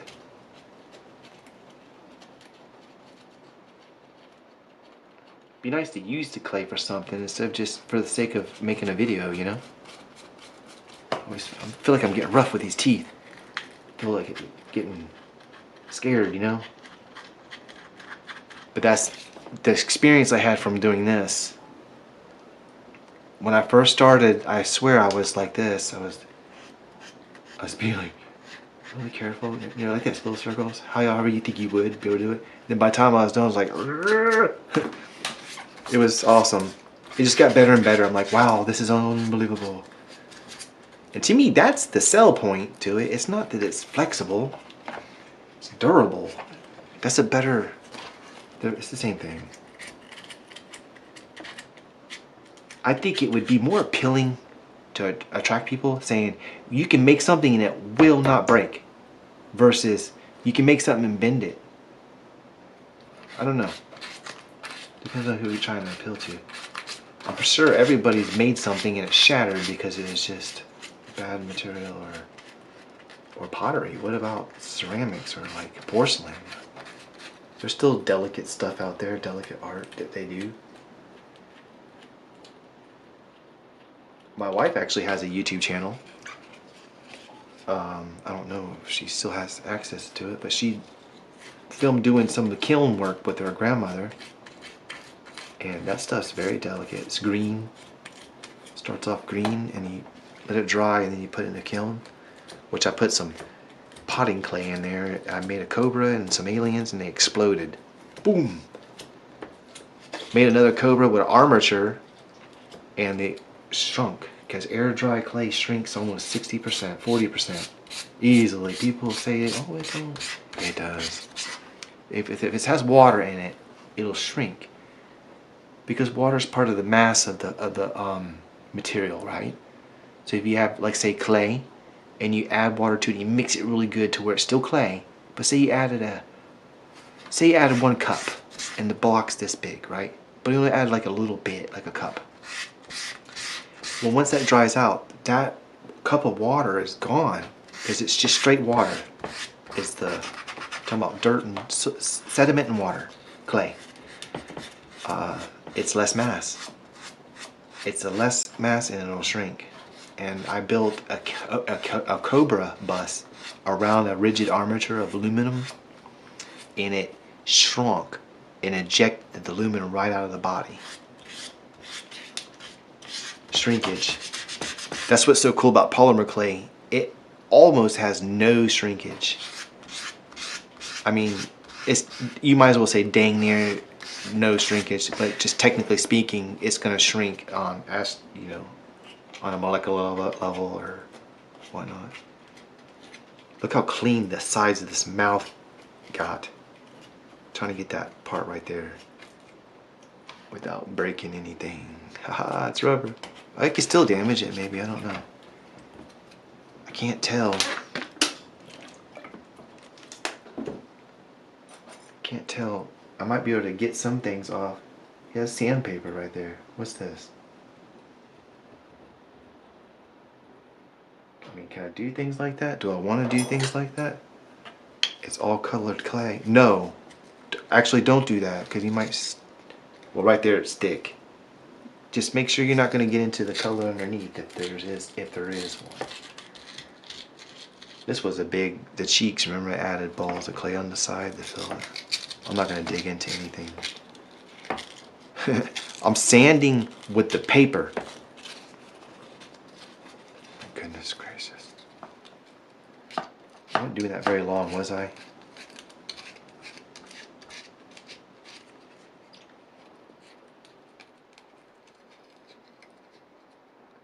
See it? I'm actually moving that tooth out of the way. I'm going like this and dragging it one time to try to give some good clean gums, and it moves that tooth. Talk about convenience, right? Hitting these teeth, the tops of them, to where they're sharp. Clean them a little bit. Holy moly. Holy moly. I could go rinse this off real quick to see where we're at. Otherwise, I'll be guilty of doing that same thing over and over and over forever again.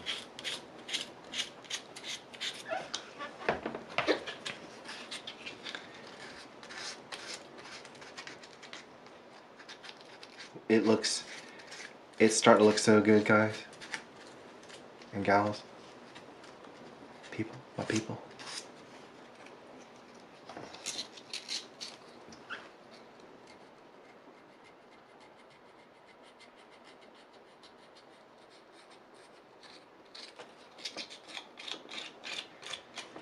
Alright, I like how all that looks. I don't think that's a spot on the tongue, is it?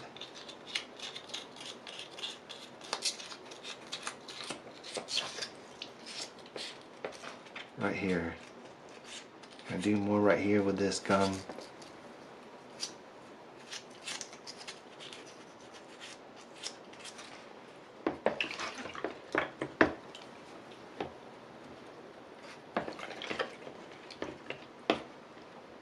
Look at those pearly whites. Nice. Eyes are clean. We did that. Let's go ahead and jump to 600. This is 600. It feels almost like the previous. It's like paper. You can hear it. You can hear the sound of the rocks you're cutting. More of a white noise.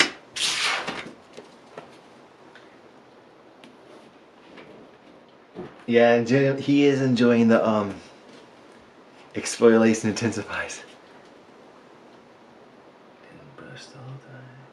Okay. This is where the magic really starts. Sometimes I do pick up 1,000 grit. You can even get 2,000 grit, but like I said, that's almost like paper. But with the rubbing, in a combination, you would almost absolutely want to be wet sanding anything higher than 600. It says wet and dry, but 1,000 depends on you may not even be able to get it wet or whatever. It may have to be dry. But now this is even finer, and this is going to really start making it shiny, shiny.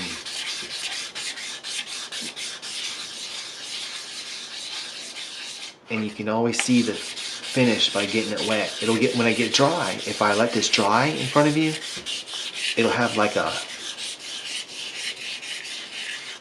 matte finish, I guess. Not a gloss finish, the opposite. And even at 600 grit, it's still suitable for painting.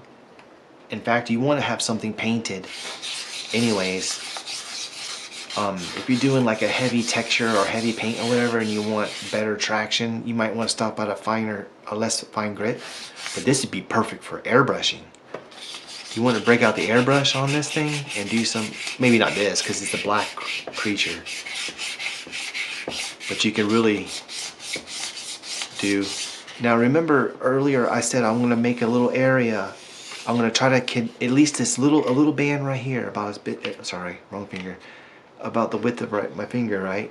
I'll use the 80 grit and I'll try to flow this, right? But there's knobs here and knobs here. So I can't use the 80 grit right here or right here because those were snakes surrounding the whites, right? I did that to help make it look, when I go like this with the 60 grit, this area right here now flows. It looks more like it's by design, like a computer did it. And these areas next to it, as I sand in, these right here, they'll start taking on their shine even better, revealing them, that they actually stick out. The shine, it's hard to see black, but if you have light and it's really smooth like this, the light will reveal it. You have to use the light. You use the light anyways for sanding. How about I do both top and hand? I'm sorry. Sometimes I just want to look at it. This whole bottom is rough from all the other sanding, and I tried to get it the best I could with the last one. So I'll just do it a little bit with this. It's still fixing things, you know. It's still fixing low spots, but so slow. That's your residue right there. Far less residue, far less cutting.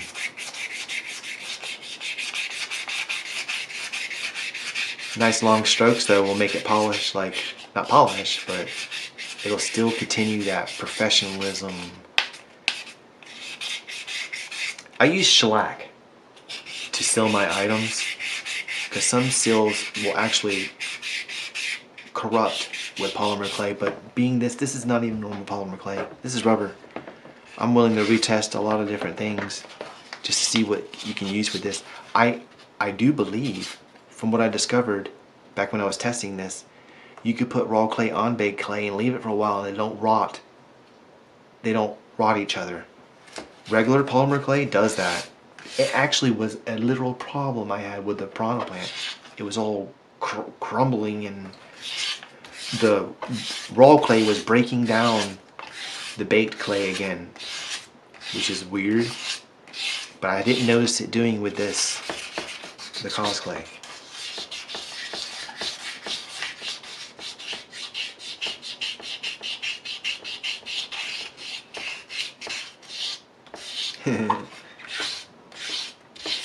I was just reading the comments.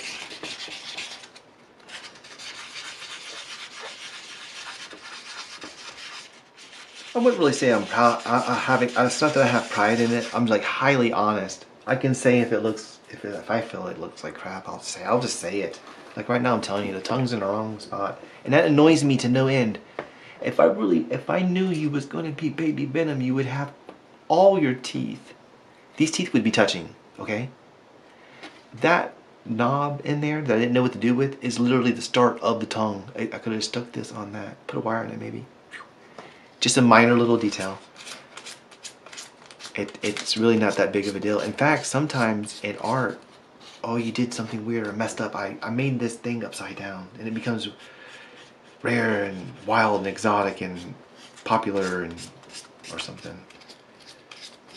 Or maybe misprints and stamps and stuff. Oh, the plane was upside down. Sometimes imperfections is people seek things out that are messed up. Not messed up, but imperfections and stuff. Like people are like, this penny's worth $10,000.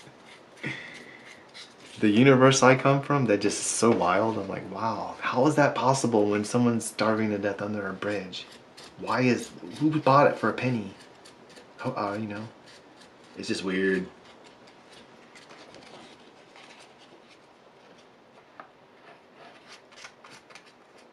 There's blue on that tooth. It's pretty bad.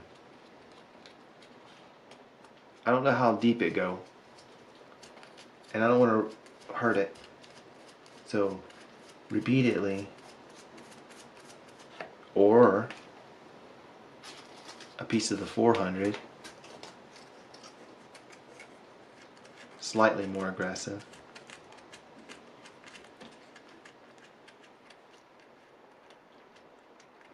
Oh, that's way better. It's becoming at least faint. Sorry if I'm blocking it where you can't see that. I'm just continuously scratching this tooth to get the blue off, and it looks like I got my way. It's clean.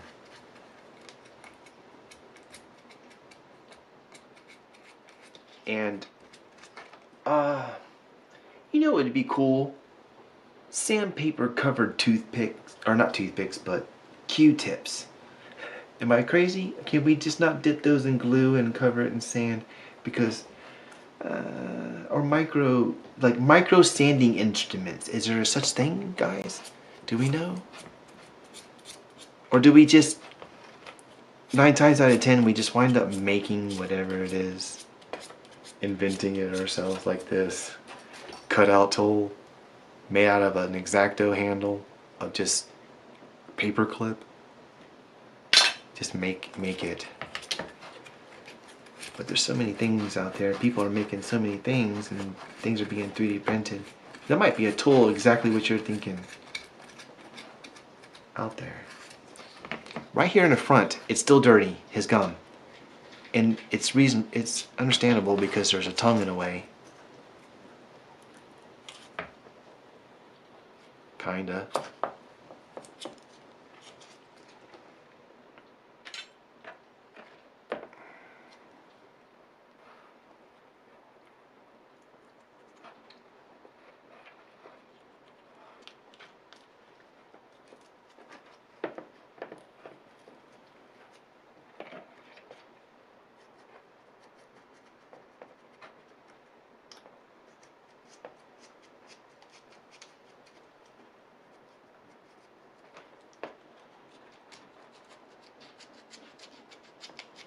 I gotta get at least that front of that gum.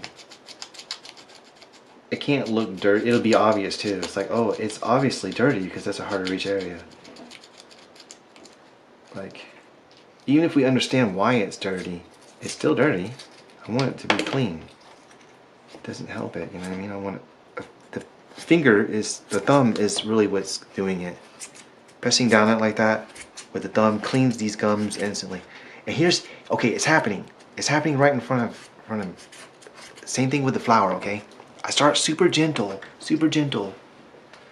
And then by the time I'm getting done, I'm like, ugh, I'm just going crazy with it because it's not breaking. I don't recommend doing that. Obviously, you take care of the things. But I'm just basically marveling again over this clay. And yes, I said marveling, and this is a DC. Oh my gosh, I'm gonna get burned. It's like, listen, Tom, you're being very confusing. These are, you can't say Baby Venom. There's a company already that's, no. It's fine. And this is actually freaking me out. It's so clean and good looking. This could be the mouth of a shark or something. I could make, we could have a, I just, it broke me. I'm broken, I'm joking. I can't believe it. The black is breaking off of this, where it's not, it's wet and dry sandpaper, but it's not wet all day sandpaper. If that makes sense. But maybe I can go between the teeth really quick. It don't matter if it's scratching it because it's breaking off and everything, because it's so fine anyways.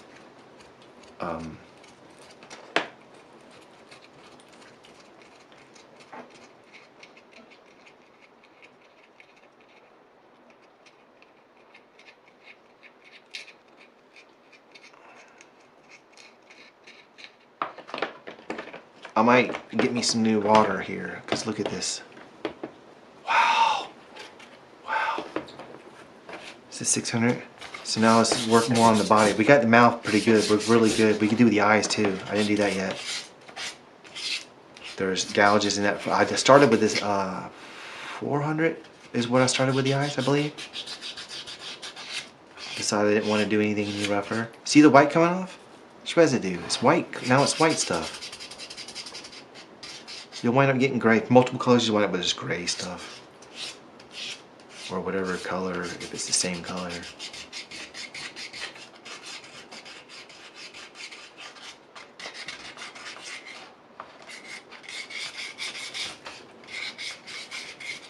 See if I can't real quickly get some of these scratches out of this, because this is gonna, it might show. There is some forgiveness in the seal. The seal itself will fill in some scuffing a little bit. I don't know if I'm going to try to seal this with my current cans because they're all so old. I don't know what the shelf life is, but I use Zanzer Bullseye. Here's what the can looks like.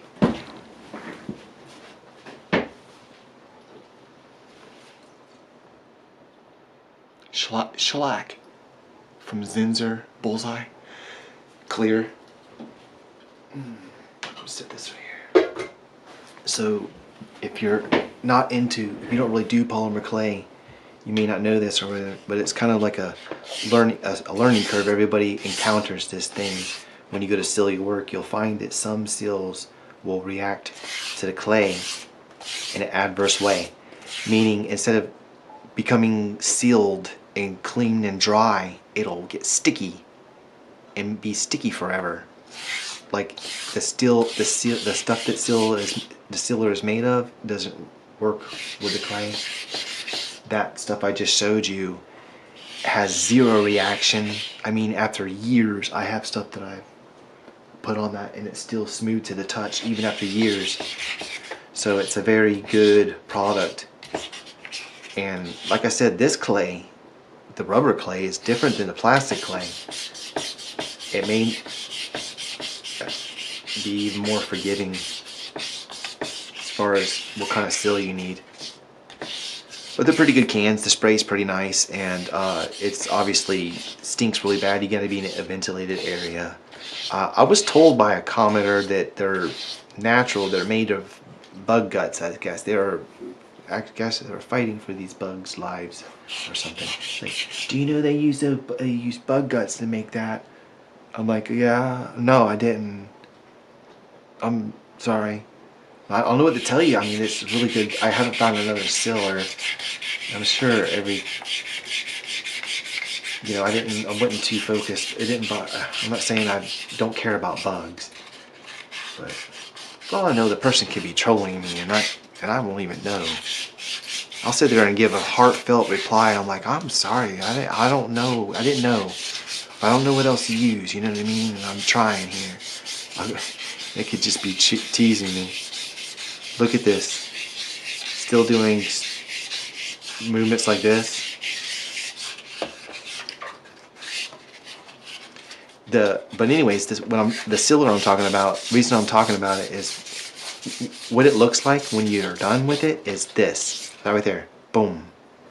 It's shiny. It gives things this really good finished look when you seal it. However, you can technically see how this is getting. I'm working with 600 grit for a while. If I do it for quite a while, and I make sure I go back and forth, cross hatching. There's no cuts in this. Then I go to there's a cut right here. See that? There's a cut running along this line. It's a scratch. It's lighter in color now this time instead of darker. This is becoming dark again. Whereas before when we scuffed it up, it was all light and left the dark areas that weren't touched. This is becoming essentially untouched again because we're just making it's just refined. Well, now the gouge is a lighter gray. Just some scratching and stuff like right here. So you just gotta just keep doing that. Just keep going back and forth until it's gone. Here's where you'll see how impatient or too brutal or rough you were. You'll find out right now. You'll find these gouges and you'll be like, wow, that's pretty deep. And if you need it gone, you have to keep honing it. You may not have enough black. Oh.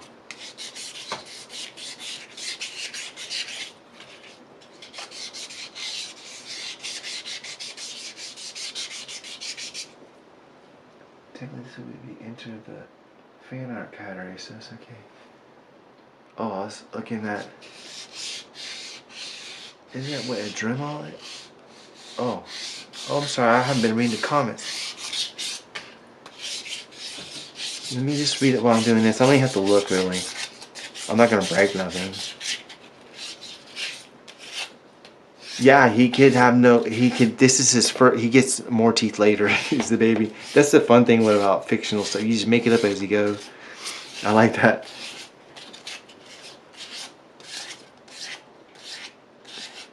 Yeah, they do have a sander for small things. Dremel, you can get sanding wheels, discs, round balls, all kinds of different, even bristle things. There's so many. I want to get a Dremel toolkit.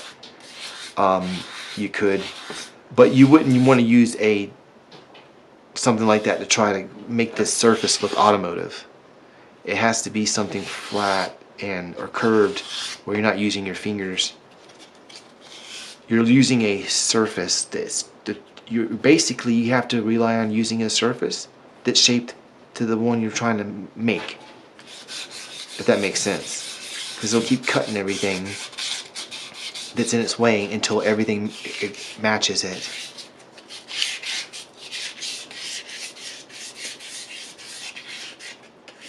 Okay, so about drilling and diamond.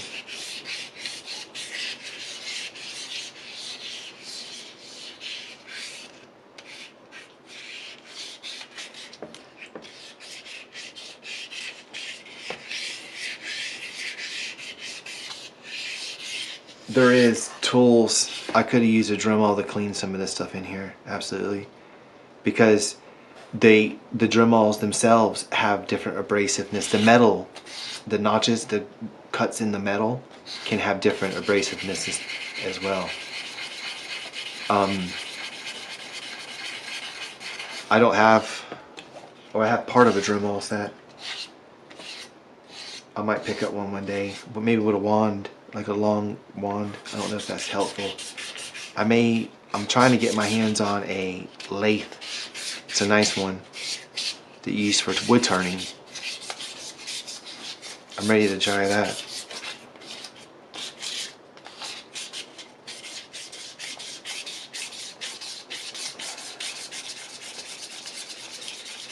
You can't overdo it or do it too, like, well, this is a strong item. So you obviously have to be careful, but you can just, you're not going to burn. You don't have to worry too much about fingers.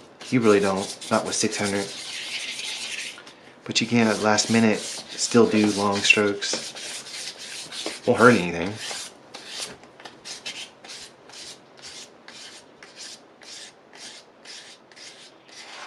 It seems silly almost, like what you're just doing this, you're doing the same thing, you're doing it over, but it is absolutely, look at this.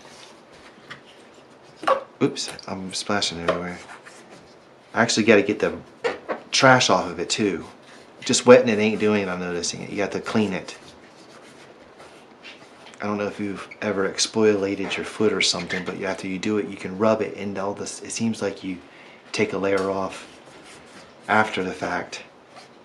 That's probably what's happening here. My fingers are fixing the surface, believe it or not, just at such a fine, minute.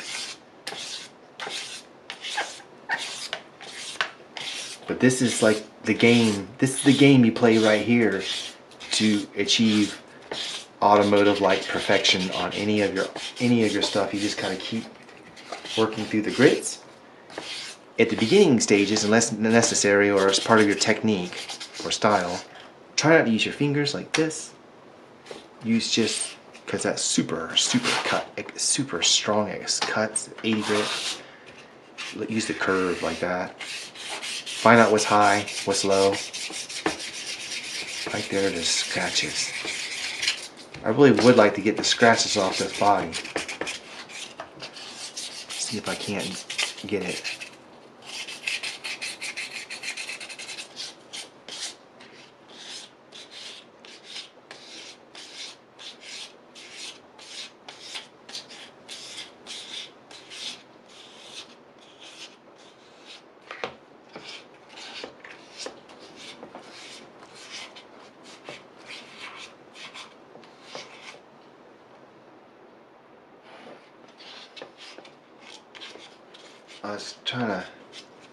I was just reading again. I was trying to figure out what you meant by fan art.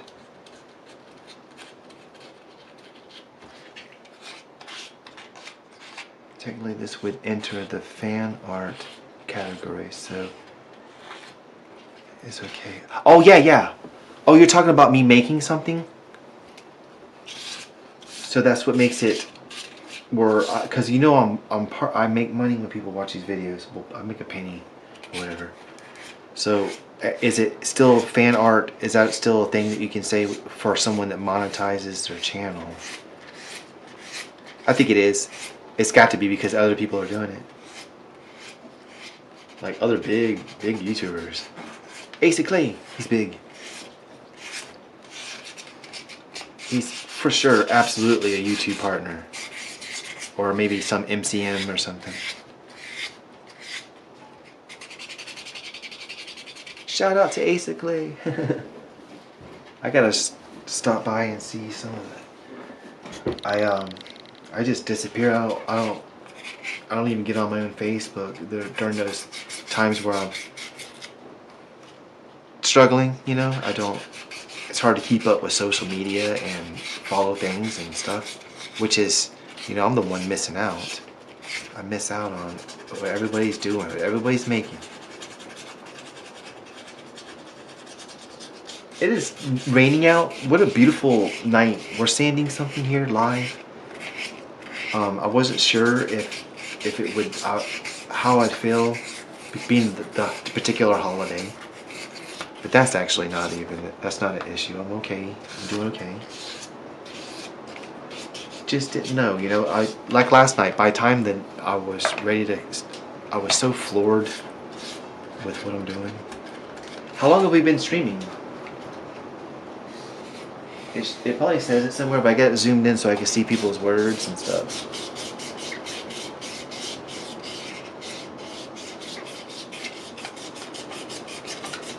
Oh, is selling them and all? Oh, I'm not sure about that. I think if it's a one-off, like I could sell this to a individual. I can't mass produce it and sell it. That's absolutely for sure.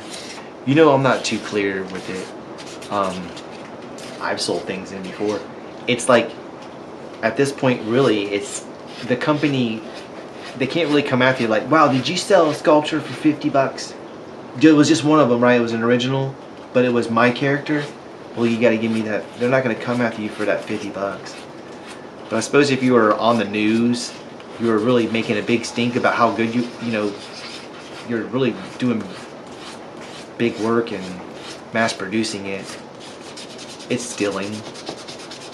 I can see it, you know, it's how it's stealing. I'll tell you this.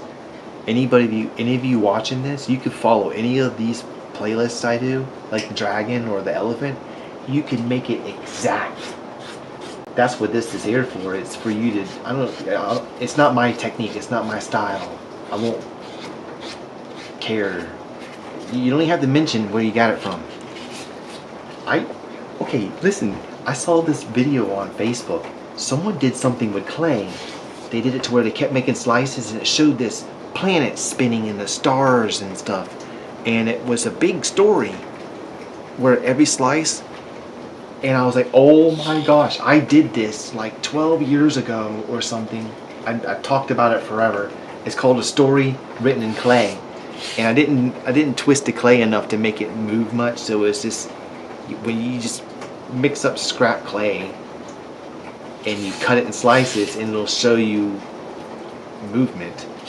But if you were to spin the whole thing, it would spiral. So I don't know. It makes me wonder.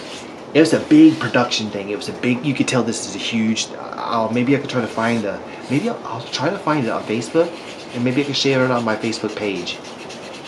You know, just support other art or whatever. It's made of clay, so it's related. But it makes me wonder, did this individual see that little video I made and was like, yeah, that's a great idea, but I know how to make this for real. And just did it. I'm talking, it was like 3 foot long, and it was, the sun came, it was a story. You know, I don't even know how you would do it. Sorry to talk about something I can't show you directly, by the way. Oh, for the video title, it's okay. Hey, thanks for taking the time too. 3 hours is good. Rain's coming down pretty good right now.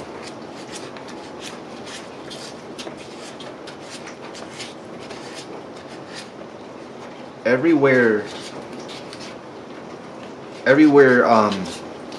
you want it to look good, you have to go through all these grits and get the scratches out.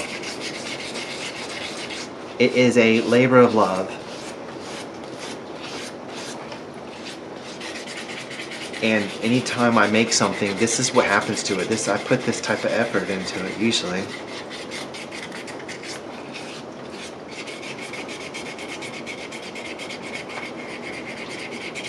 I really did wish I would have knew what I was doing first. I think soon I need to do a project where I call it out. I'm like, I'm making a draft or whatever it is, and that's how I'll go for it. Instead of just modifying it. First it's a unicorn, now it's a fish or whatever, just whatever. Scratches right there.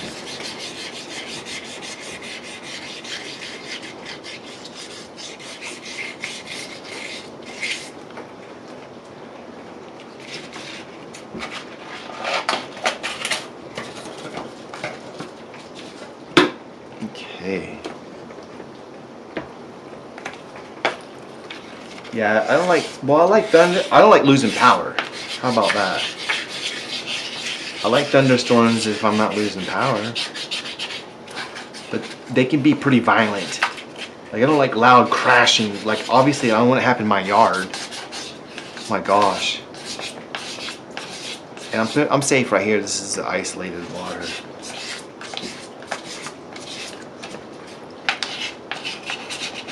That would be get struck by lightning live.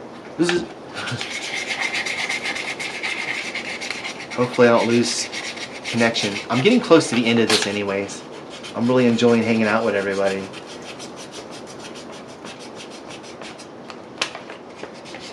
It looks like it's saying the average view duration is 12 minutes, which is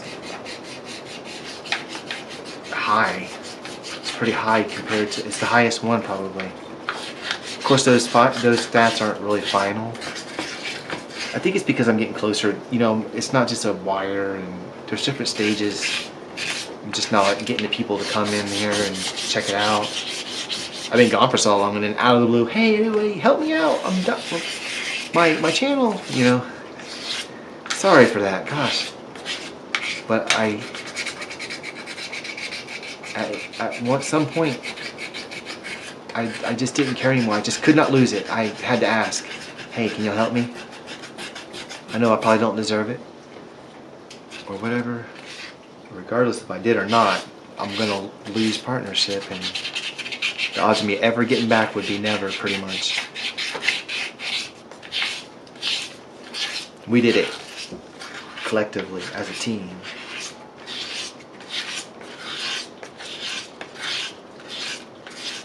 And I had some like rough starts. The very first video I did, I had to film it twice. I sculpted it twice, edited it, filmed it, sculpted it and edited it, or filmed it twice, and then I wound up editing it and kept having hiccups.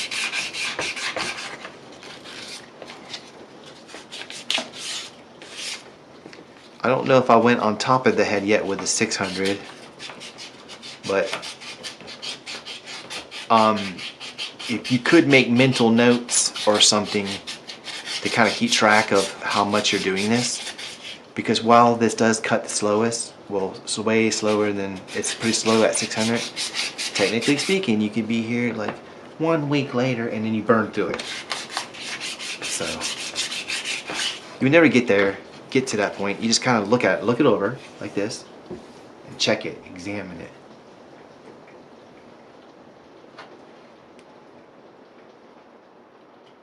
A little bit right here I could use.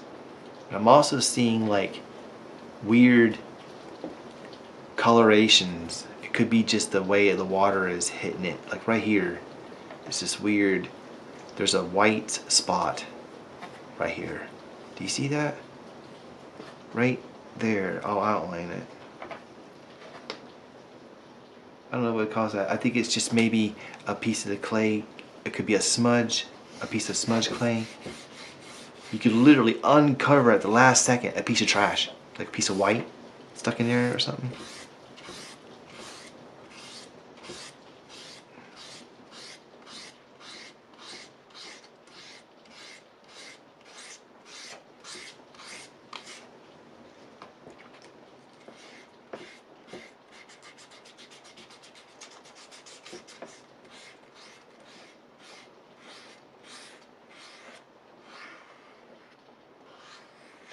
Yes, it was anxiety inducing, and it was weird because I spent the first week, because it's like you get 30 days, so I was like, oh gosh, I literally spent the first week just thinking about it, like I'm terrified. And I'm so tired of like going back and forth, and this is my true desire, was always this, so it was always a struggle and turmoil and sometimes crying.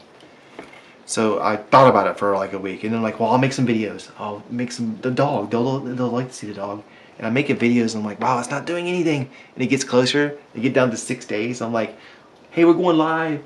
And I did that first stream. I'm like, oh my gosh, I only gave myself 5 days to do this. Basically, the streams did it. If you are watching this and you're trying to become partners, you gotta apply. You already get your 1,000 subscribers. That's the one metric. The other metric is the 4,000 hours for the year is what you need. Oh, maybe one day I can get on here and share some metrics of the channel. Because it is a 15-year-old channel. How cool would that be? Like, they didn't even start watch time. They didn't implement that feature until a certain year or whatever. It says it right there, and it shows you when you go lifetime, you might be this big, your history, but the watch time starts right here, is what I mean. Well, anyways, it says like I got something like 300,000 hours. I did the math one day. I can't remember exactly, but it was like 157 years of time that my videos have been watched. I know some of you are thinking, man, there was no internet in that time ago. You're being silly, Tom. No, it's not that. See, you can sit down as an individual and watch my channel 24 hours in one day and generate 24 hours. The person next to you can do the same exact thing. If you get 100 people watching the same video, each minute is 100 minutes. So it's the combined time of everybody watching it. It's over 100 years. And that's just wild. That's kind of crazy. It's a lot of watch time. So I had actually thought that would never happen. I thought this channel could just run on autopilot forever and still make $5 a month or whatever it is. But it dwindled, and that's actually good. I'm glad it did, because it's a sign that they're fixing things that you know, it should. I mean, the content's interesting, but if I'm no longer generating content, it should decline. That's just what you would expect. So I actually saw it as an encouraging thing. It's kind of like, maybe this is working, plus all these new features and stuff. And it is. It's a totally different website. It's all kinds of new things. So this is exciting. This is a great time. It's like pretend I was in a coma or I was abducted by aliens. I have to share my story. They came here and they picked me up and they were gonna show me some nebula, but apparently even alien vehicles break down, and we had to wait, and we were sitting there, and it was kind of boring. But I was gone for 5 years. I wish aliens would abduct me, show me a nebula or something. Okay. So at this point, we are pretty close to being done. There's some scratches still, okay?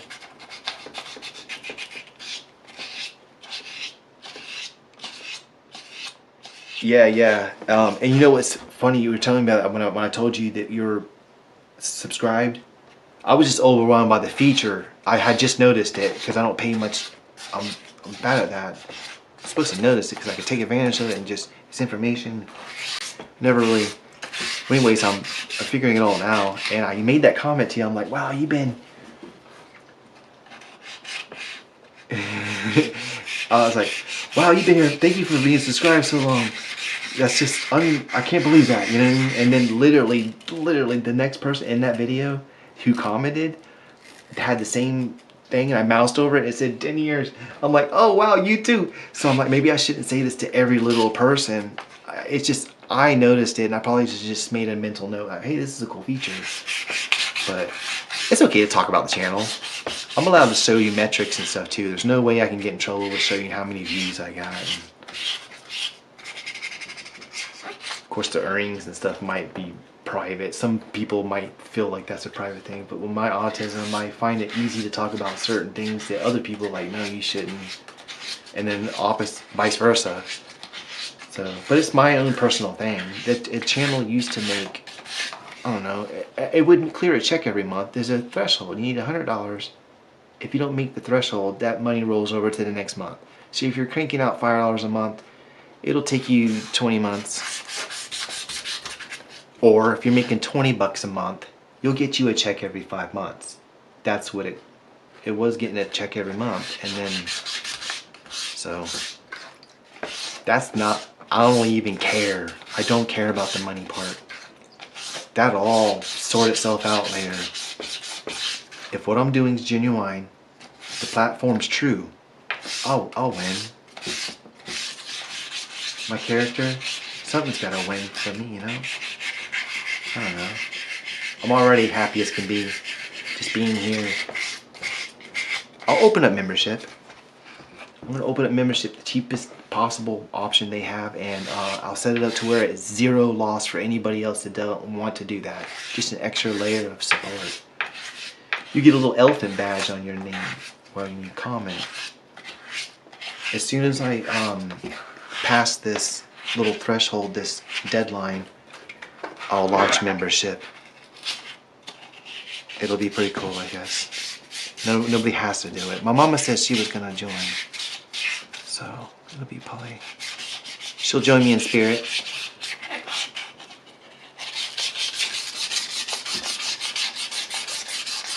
This is starting to look so good.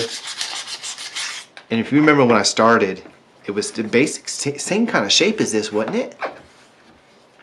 So some people are like, you know, why are you saying that? Because to make it look like this, you're not gonna get it to look like this. So some of the scuffing and stuff will come out when it's sealed. It's dirty. Like if I take a rag, paper towel even, cloth. Believe it or not, this is still on a very fine astronomical level. This is still working this surface. We put toothpaste on it, and we're polishing it, you know, or a rubbing compound. Sometimes certain toothpastes have that sugary stuff in it, and it's abrasive. You can use it to clean your jewelry and stuff sometimes. So now I got that stuff off. I'm still noticing this weird lighter spot right here. A couple of little just discolorations, and I'm guessing that's just the softener and just where I'm, you know, it's not moving with a light or anything, and I could just, not with anything rougher, that the 600, I'll do this one spot, I'll just see what happens. Oh, what if that's the gray? What if that's the gray starting to show up? I doubt it.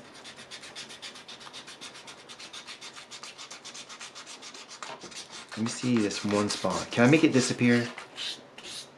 Because if that's the case, if this disappears, then what the issue is I'm just not done. Just keep going. Say okay, what do we got here? It's gone. No, it ain't. It's right here. Oh, it's faint. Can that stuff be removed? Because it's not. I'm not liking it at all. Look at that. I'm gonna go like this and clean it. Ooh, we're starting to do something here. Look at this white thing right there. It's there too. And this is 600, so I can afford to press on it a little bit. That's so satisfying. Guys, or people, girls, gals, I don't know what the times has changed. It's a different landscape. I don't know what y'all want me to say. I know I watched Survivor, and all of a sudden for 40 years he was like, come on in guys, and then one day he wasn't. So I don't want to offend anybody by anything I say, okay? It's hard to make everybody on this planet happy though. And just call y'all my people or something. Things got kind of confusing, complicated. I'm just in my head a lot on certain things, and I don't want to offend you. Ever. We'll do some this is tough. Look at the slurry. Sorry, I just whistled like a beaver. Say, look at the slurry I'm doing here. Where I'm just going this really hard, and that's really giving it a finished, even coating. It's helping those fluid motions. We're going to work around the body, and then we're doing it with the 600 grit.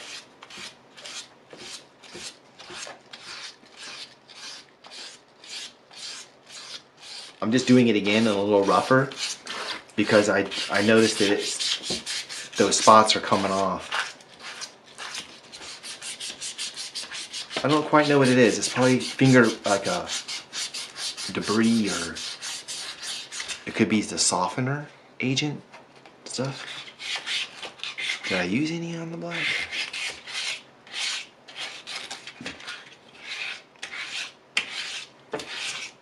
I sure conditioned it good. Keep sloshing water on Chloe.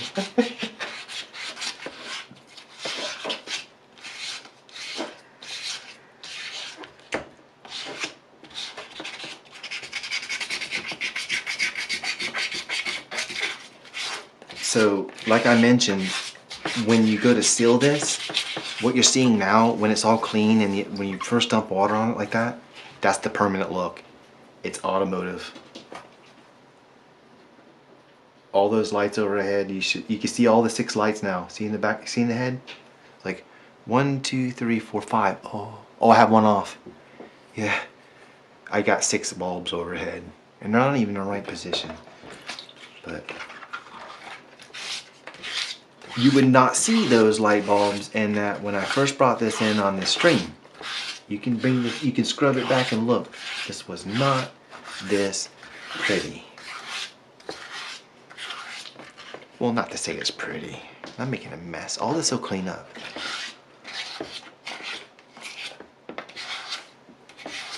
Wet sanding is a heck of a lot cleaner and safer for you health-wise also. Now, I remember there being an issue with this. Remember that I wrapped it up here and down here I was like, I'm going to do something different. So I'm going to just run this along the black. I know it's not cutting very well. But would it hurt to give it a little more? Ooh, see that? I about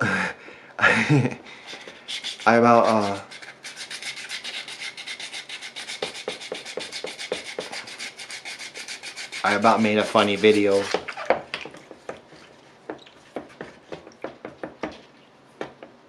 Goodness gracious. You're so clean. I don't know, let me see, is this in focus? Oh, it looks like it. Focus. Focus, Tanya-san. Look at this thing. Oh, wait, this and then it breaks off. Oh my gosh, it's not happening, y'all. It's rubber. I mean, we still gotta be careful with it. You wouldn't deliberately be roughing to art, right? You would always try to be careful with it, but like in that moment you accidentally drop it or something, it's fine. And this is solid. I just can't get over how nice and clean. It doesn't matter what it is. I try to do Venom, whatever, but the principle, the hidden gem to this series, this 3-video series, 3-ish video, is how to make an item with its mouth open. Cover a core of any size, any shape. If you're trying to make a bird, like, I don't know what kind of birds have a bill like that, or that could be the body to a beetle even. How about that? Then take it off and put it back together a little bit more. Now it's hollow. Maybe it'll float. You could do all kinds of things with using a core to bulk out the negative area. And likewise, something else I'm going to try on this channel pretty soon. I want to build like a spinal cord and rib cage. Just those things for now. Like if I just basically put the negative area that those things live on down first, I can put the epoxy sculpt in it, would harden up. Then you could wrap that with a thin layer of clay and make it like a, when you do the lizard and you push the clay down, and all the ribs and stuff might show. Just, I got all kinds of ideas. So, weird little ways of, my little approaches and stuff of trying to figure out how to do something.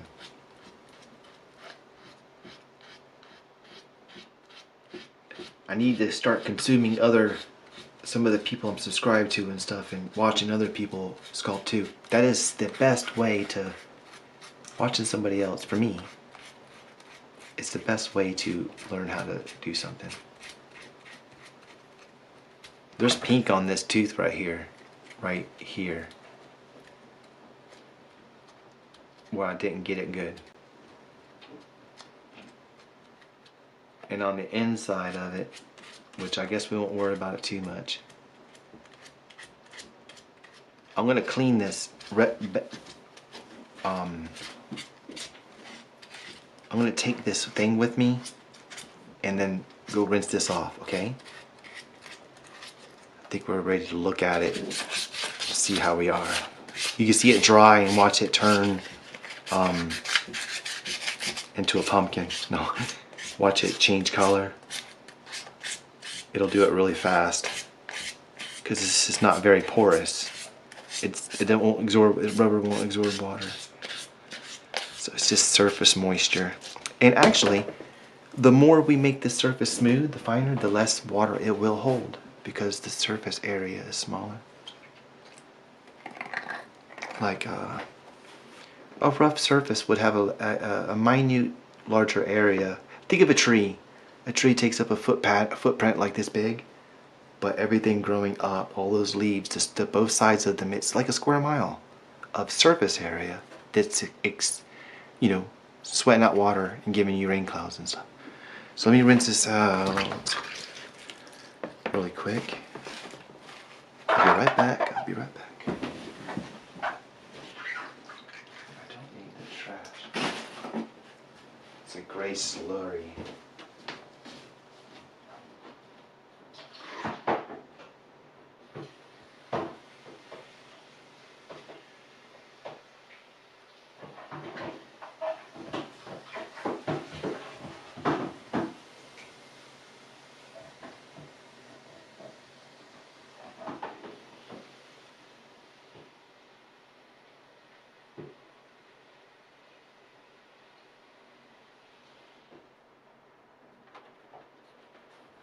Okay, really quick while it's still wet and shiny.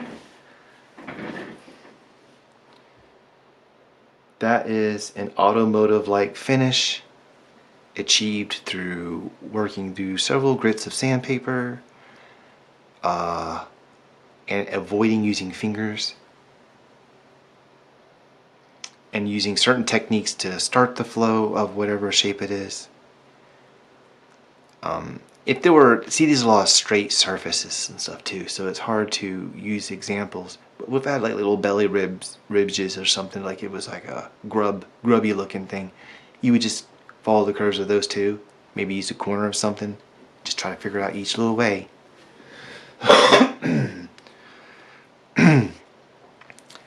Couple little stabs right here on the front of the tongue that I went too rough with that tool. And that hole, there's a hole where this tooth, it just rests there, so it's not an issue. I freed it though, in case, because you don't know, maybe the tip would rip off and stick in there. It's separated. That trash, it looks like most of that trash did come out from the roof right here. Oh yeah, that's debris. Oops, that's too loud.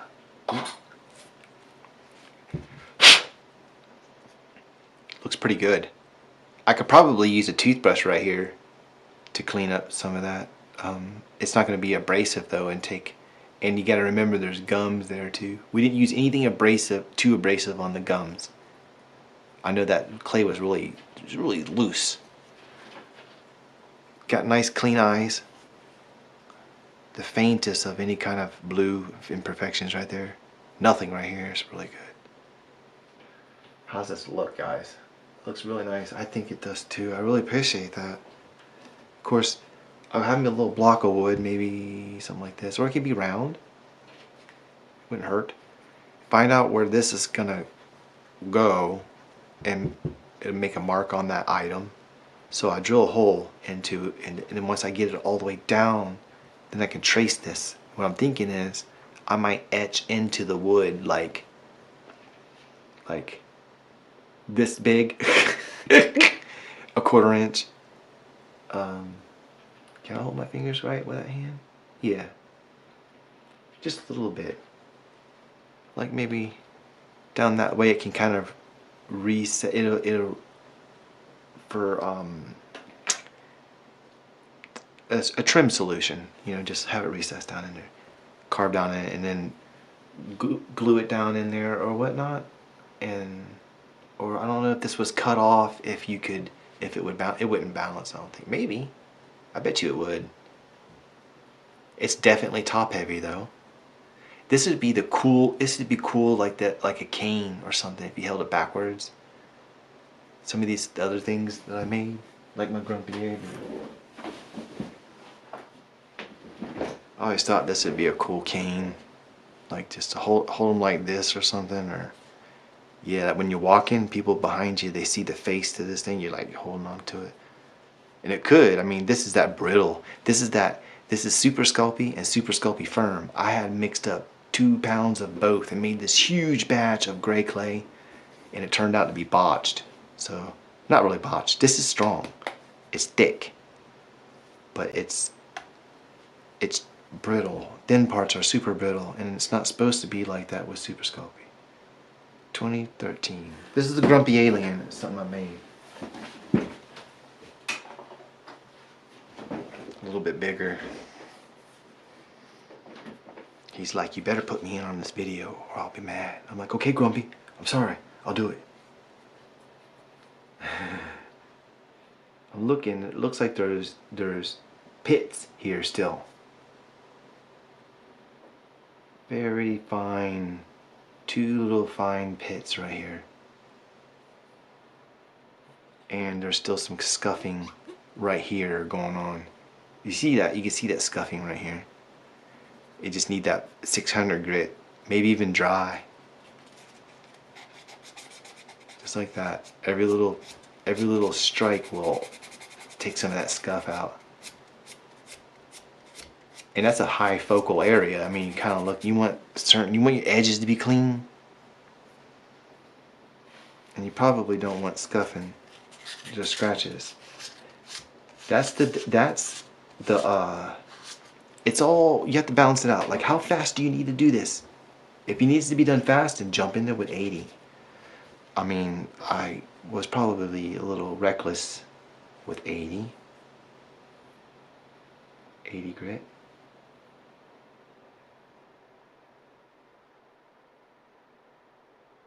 See, a little bit of tool work I could have did right here. And you could absolutely add a little more, like little minute things and bake this in the oven again. I'm not kidding you. I mean, why would it hurt anything? It's still, of course, if it's a tiny minute thing, like maybe under this lip or something, you're at 15 minutes. The bare minimum, it's not going to be something thick. Tiny piranha plants. Make them a little pot with the tiny piranha plant.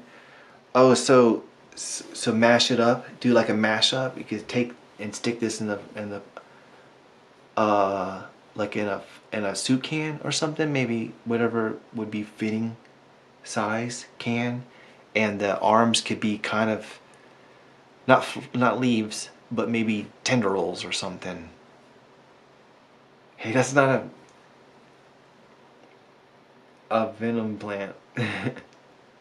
A piranha. I don't know. That's what's fun about art. You can mash things up. You can mix mediums and stuff, and it could be for whatever reason. If I would have actually literally, like I mentioned, if I would have started this project, no, I'm doing venom. His teeth would be touching all the way around. Or at least there'd be at least 3 or 4 more teeth in the bottom and on top. You know what I mean? You can only put. They're pretty close right now, and that tongue. Why did you not just... I mean, that was kind of cool what I was doing. I'm like, what am I going to do with this bulb thing? I didn't know it's actually cool. And it does have a very porpoise or dolphin, not dolphin, like a killer whale type look because of or piranha plant. But what if, I challenge you to think for a second. Here's the core, right? Let's look at it like this. Look at that. That core went inside the head. Just like that, right? So here's the core. But what if I had took foil and pointed it out like this? So when I covered it all the way, I'm perforating way out here into a sharp point. Now we don't have that round porpoise looking thing, but it could still have done the same exact thing. Think of it like an editing program or like a blender, like digitally. You just grab this digitally and pull it out. You need it long or bird-like. Just pull these out pointwise. So what you'd make then is this, and you have to be longer. Or if you're making a dog, it'd be longer and have like the head, the cranium part. Make sure you perforate it on a low area where the bottom jaw will open. I'm so ready to just run with that technique. I don't know any other way of doing it. Some people would like just carve an open mouth. I mean, you do it. Every little, that'd be so hard. Obviously, you can construct things. You can construct things in conjunction with actually carving, sculpting, right? It's not like you're cheating or anything. It's just a way. It's a means to doing it. And this, does this help or? Got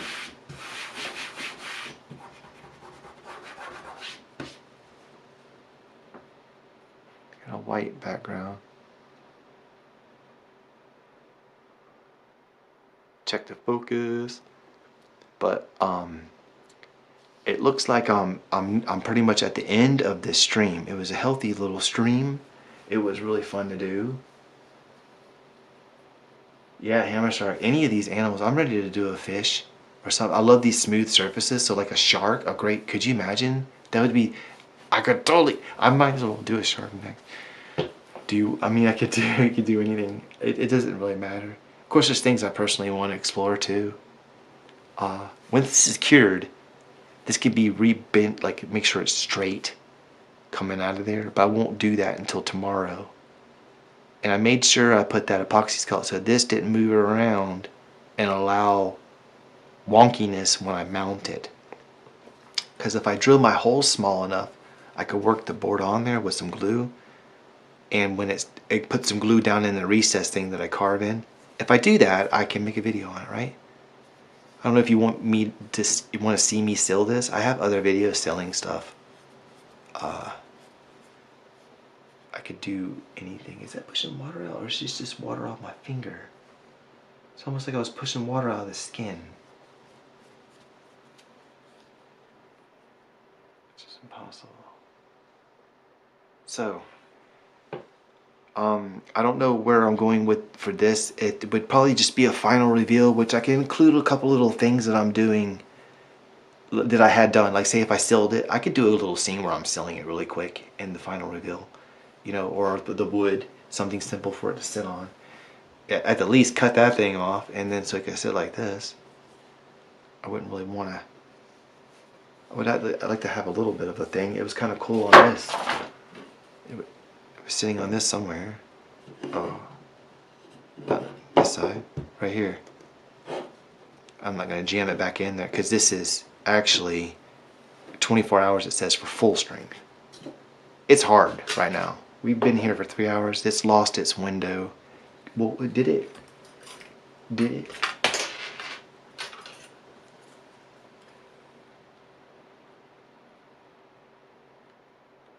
Yeah, you're not scoring that. You're not pressing it and compressing it. It's done. But not max strength until tomorrow. So. But I hate it when this comes up. But I'm kind of done. I'm at a point where I can call this a night for this streaming. I don't even know what time it is. Oh, a little earlier than last night. I'll have to scroll back and check out some of these comments and stuff. It's kind of hard to do this and check out that. But I'll get better at that. I'm going to set something up in front of me where I can reconfigure my area and stuff. But I really appreciate all of you for taking the time to watch this. I hope you had fun. Like, I enjoyed this for sure. I don't know what's going on after this, but it's definitely something. Like I said, I got some little normal videos I can do. I want to do a couple YouTube shorts that are funny. I do have a bit of a sense of humor, I think. I would like to think so. Willis, my dog, he made an ASMR video. So I'll surprise you with it. But I'm gonna go ahead and get off here. I guess in the slowest way possible. I am zoomed all the way out. I appreciate it. Yes, I will see you in the next stream or video, whatever it is. We definitely did not just jump on here to save it and then leave again. I am so back. I'm loving this. It's like, what do we do next? You know where to find me. In any of the videos or whatever on the channel. I'll just... And my Facebooks and stuff. But I thank you for taking the time. And on Mother's Day, too. Happy Mother's Day, again. Oh, I noticed that it's giving little hearts and stuff. That's cool. This is so cool. Y'all have a good night. It was I had a wonderful time. And I'm looking forward to this again. See you here again soon. Thank you for hanging out.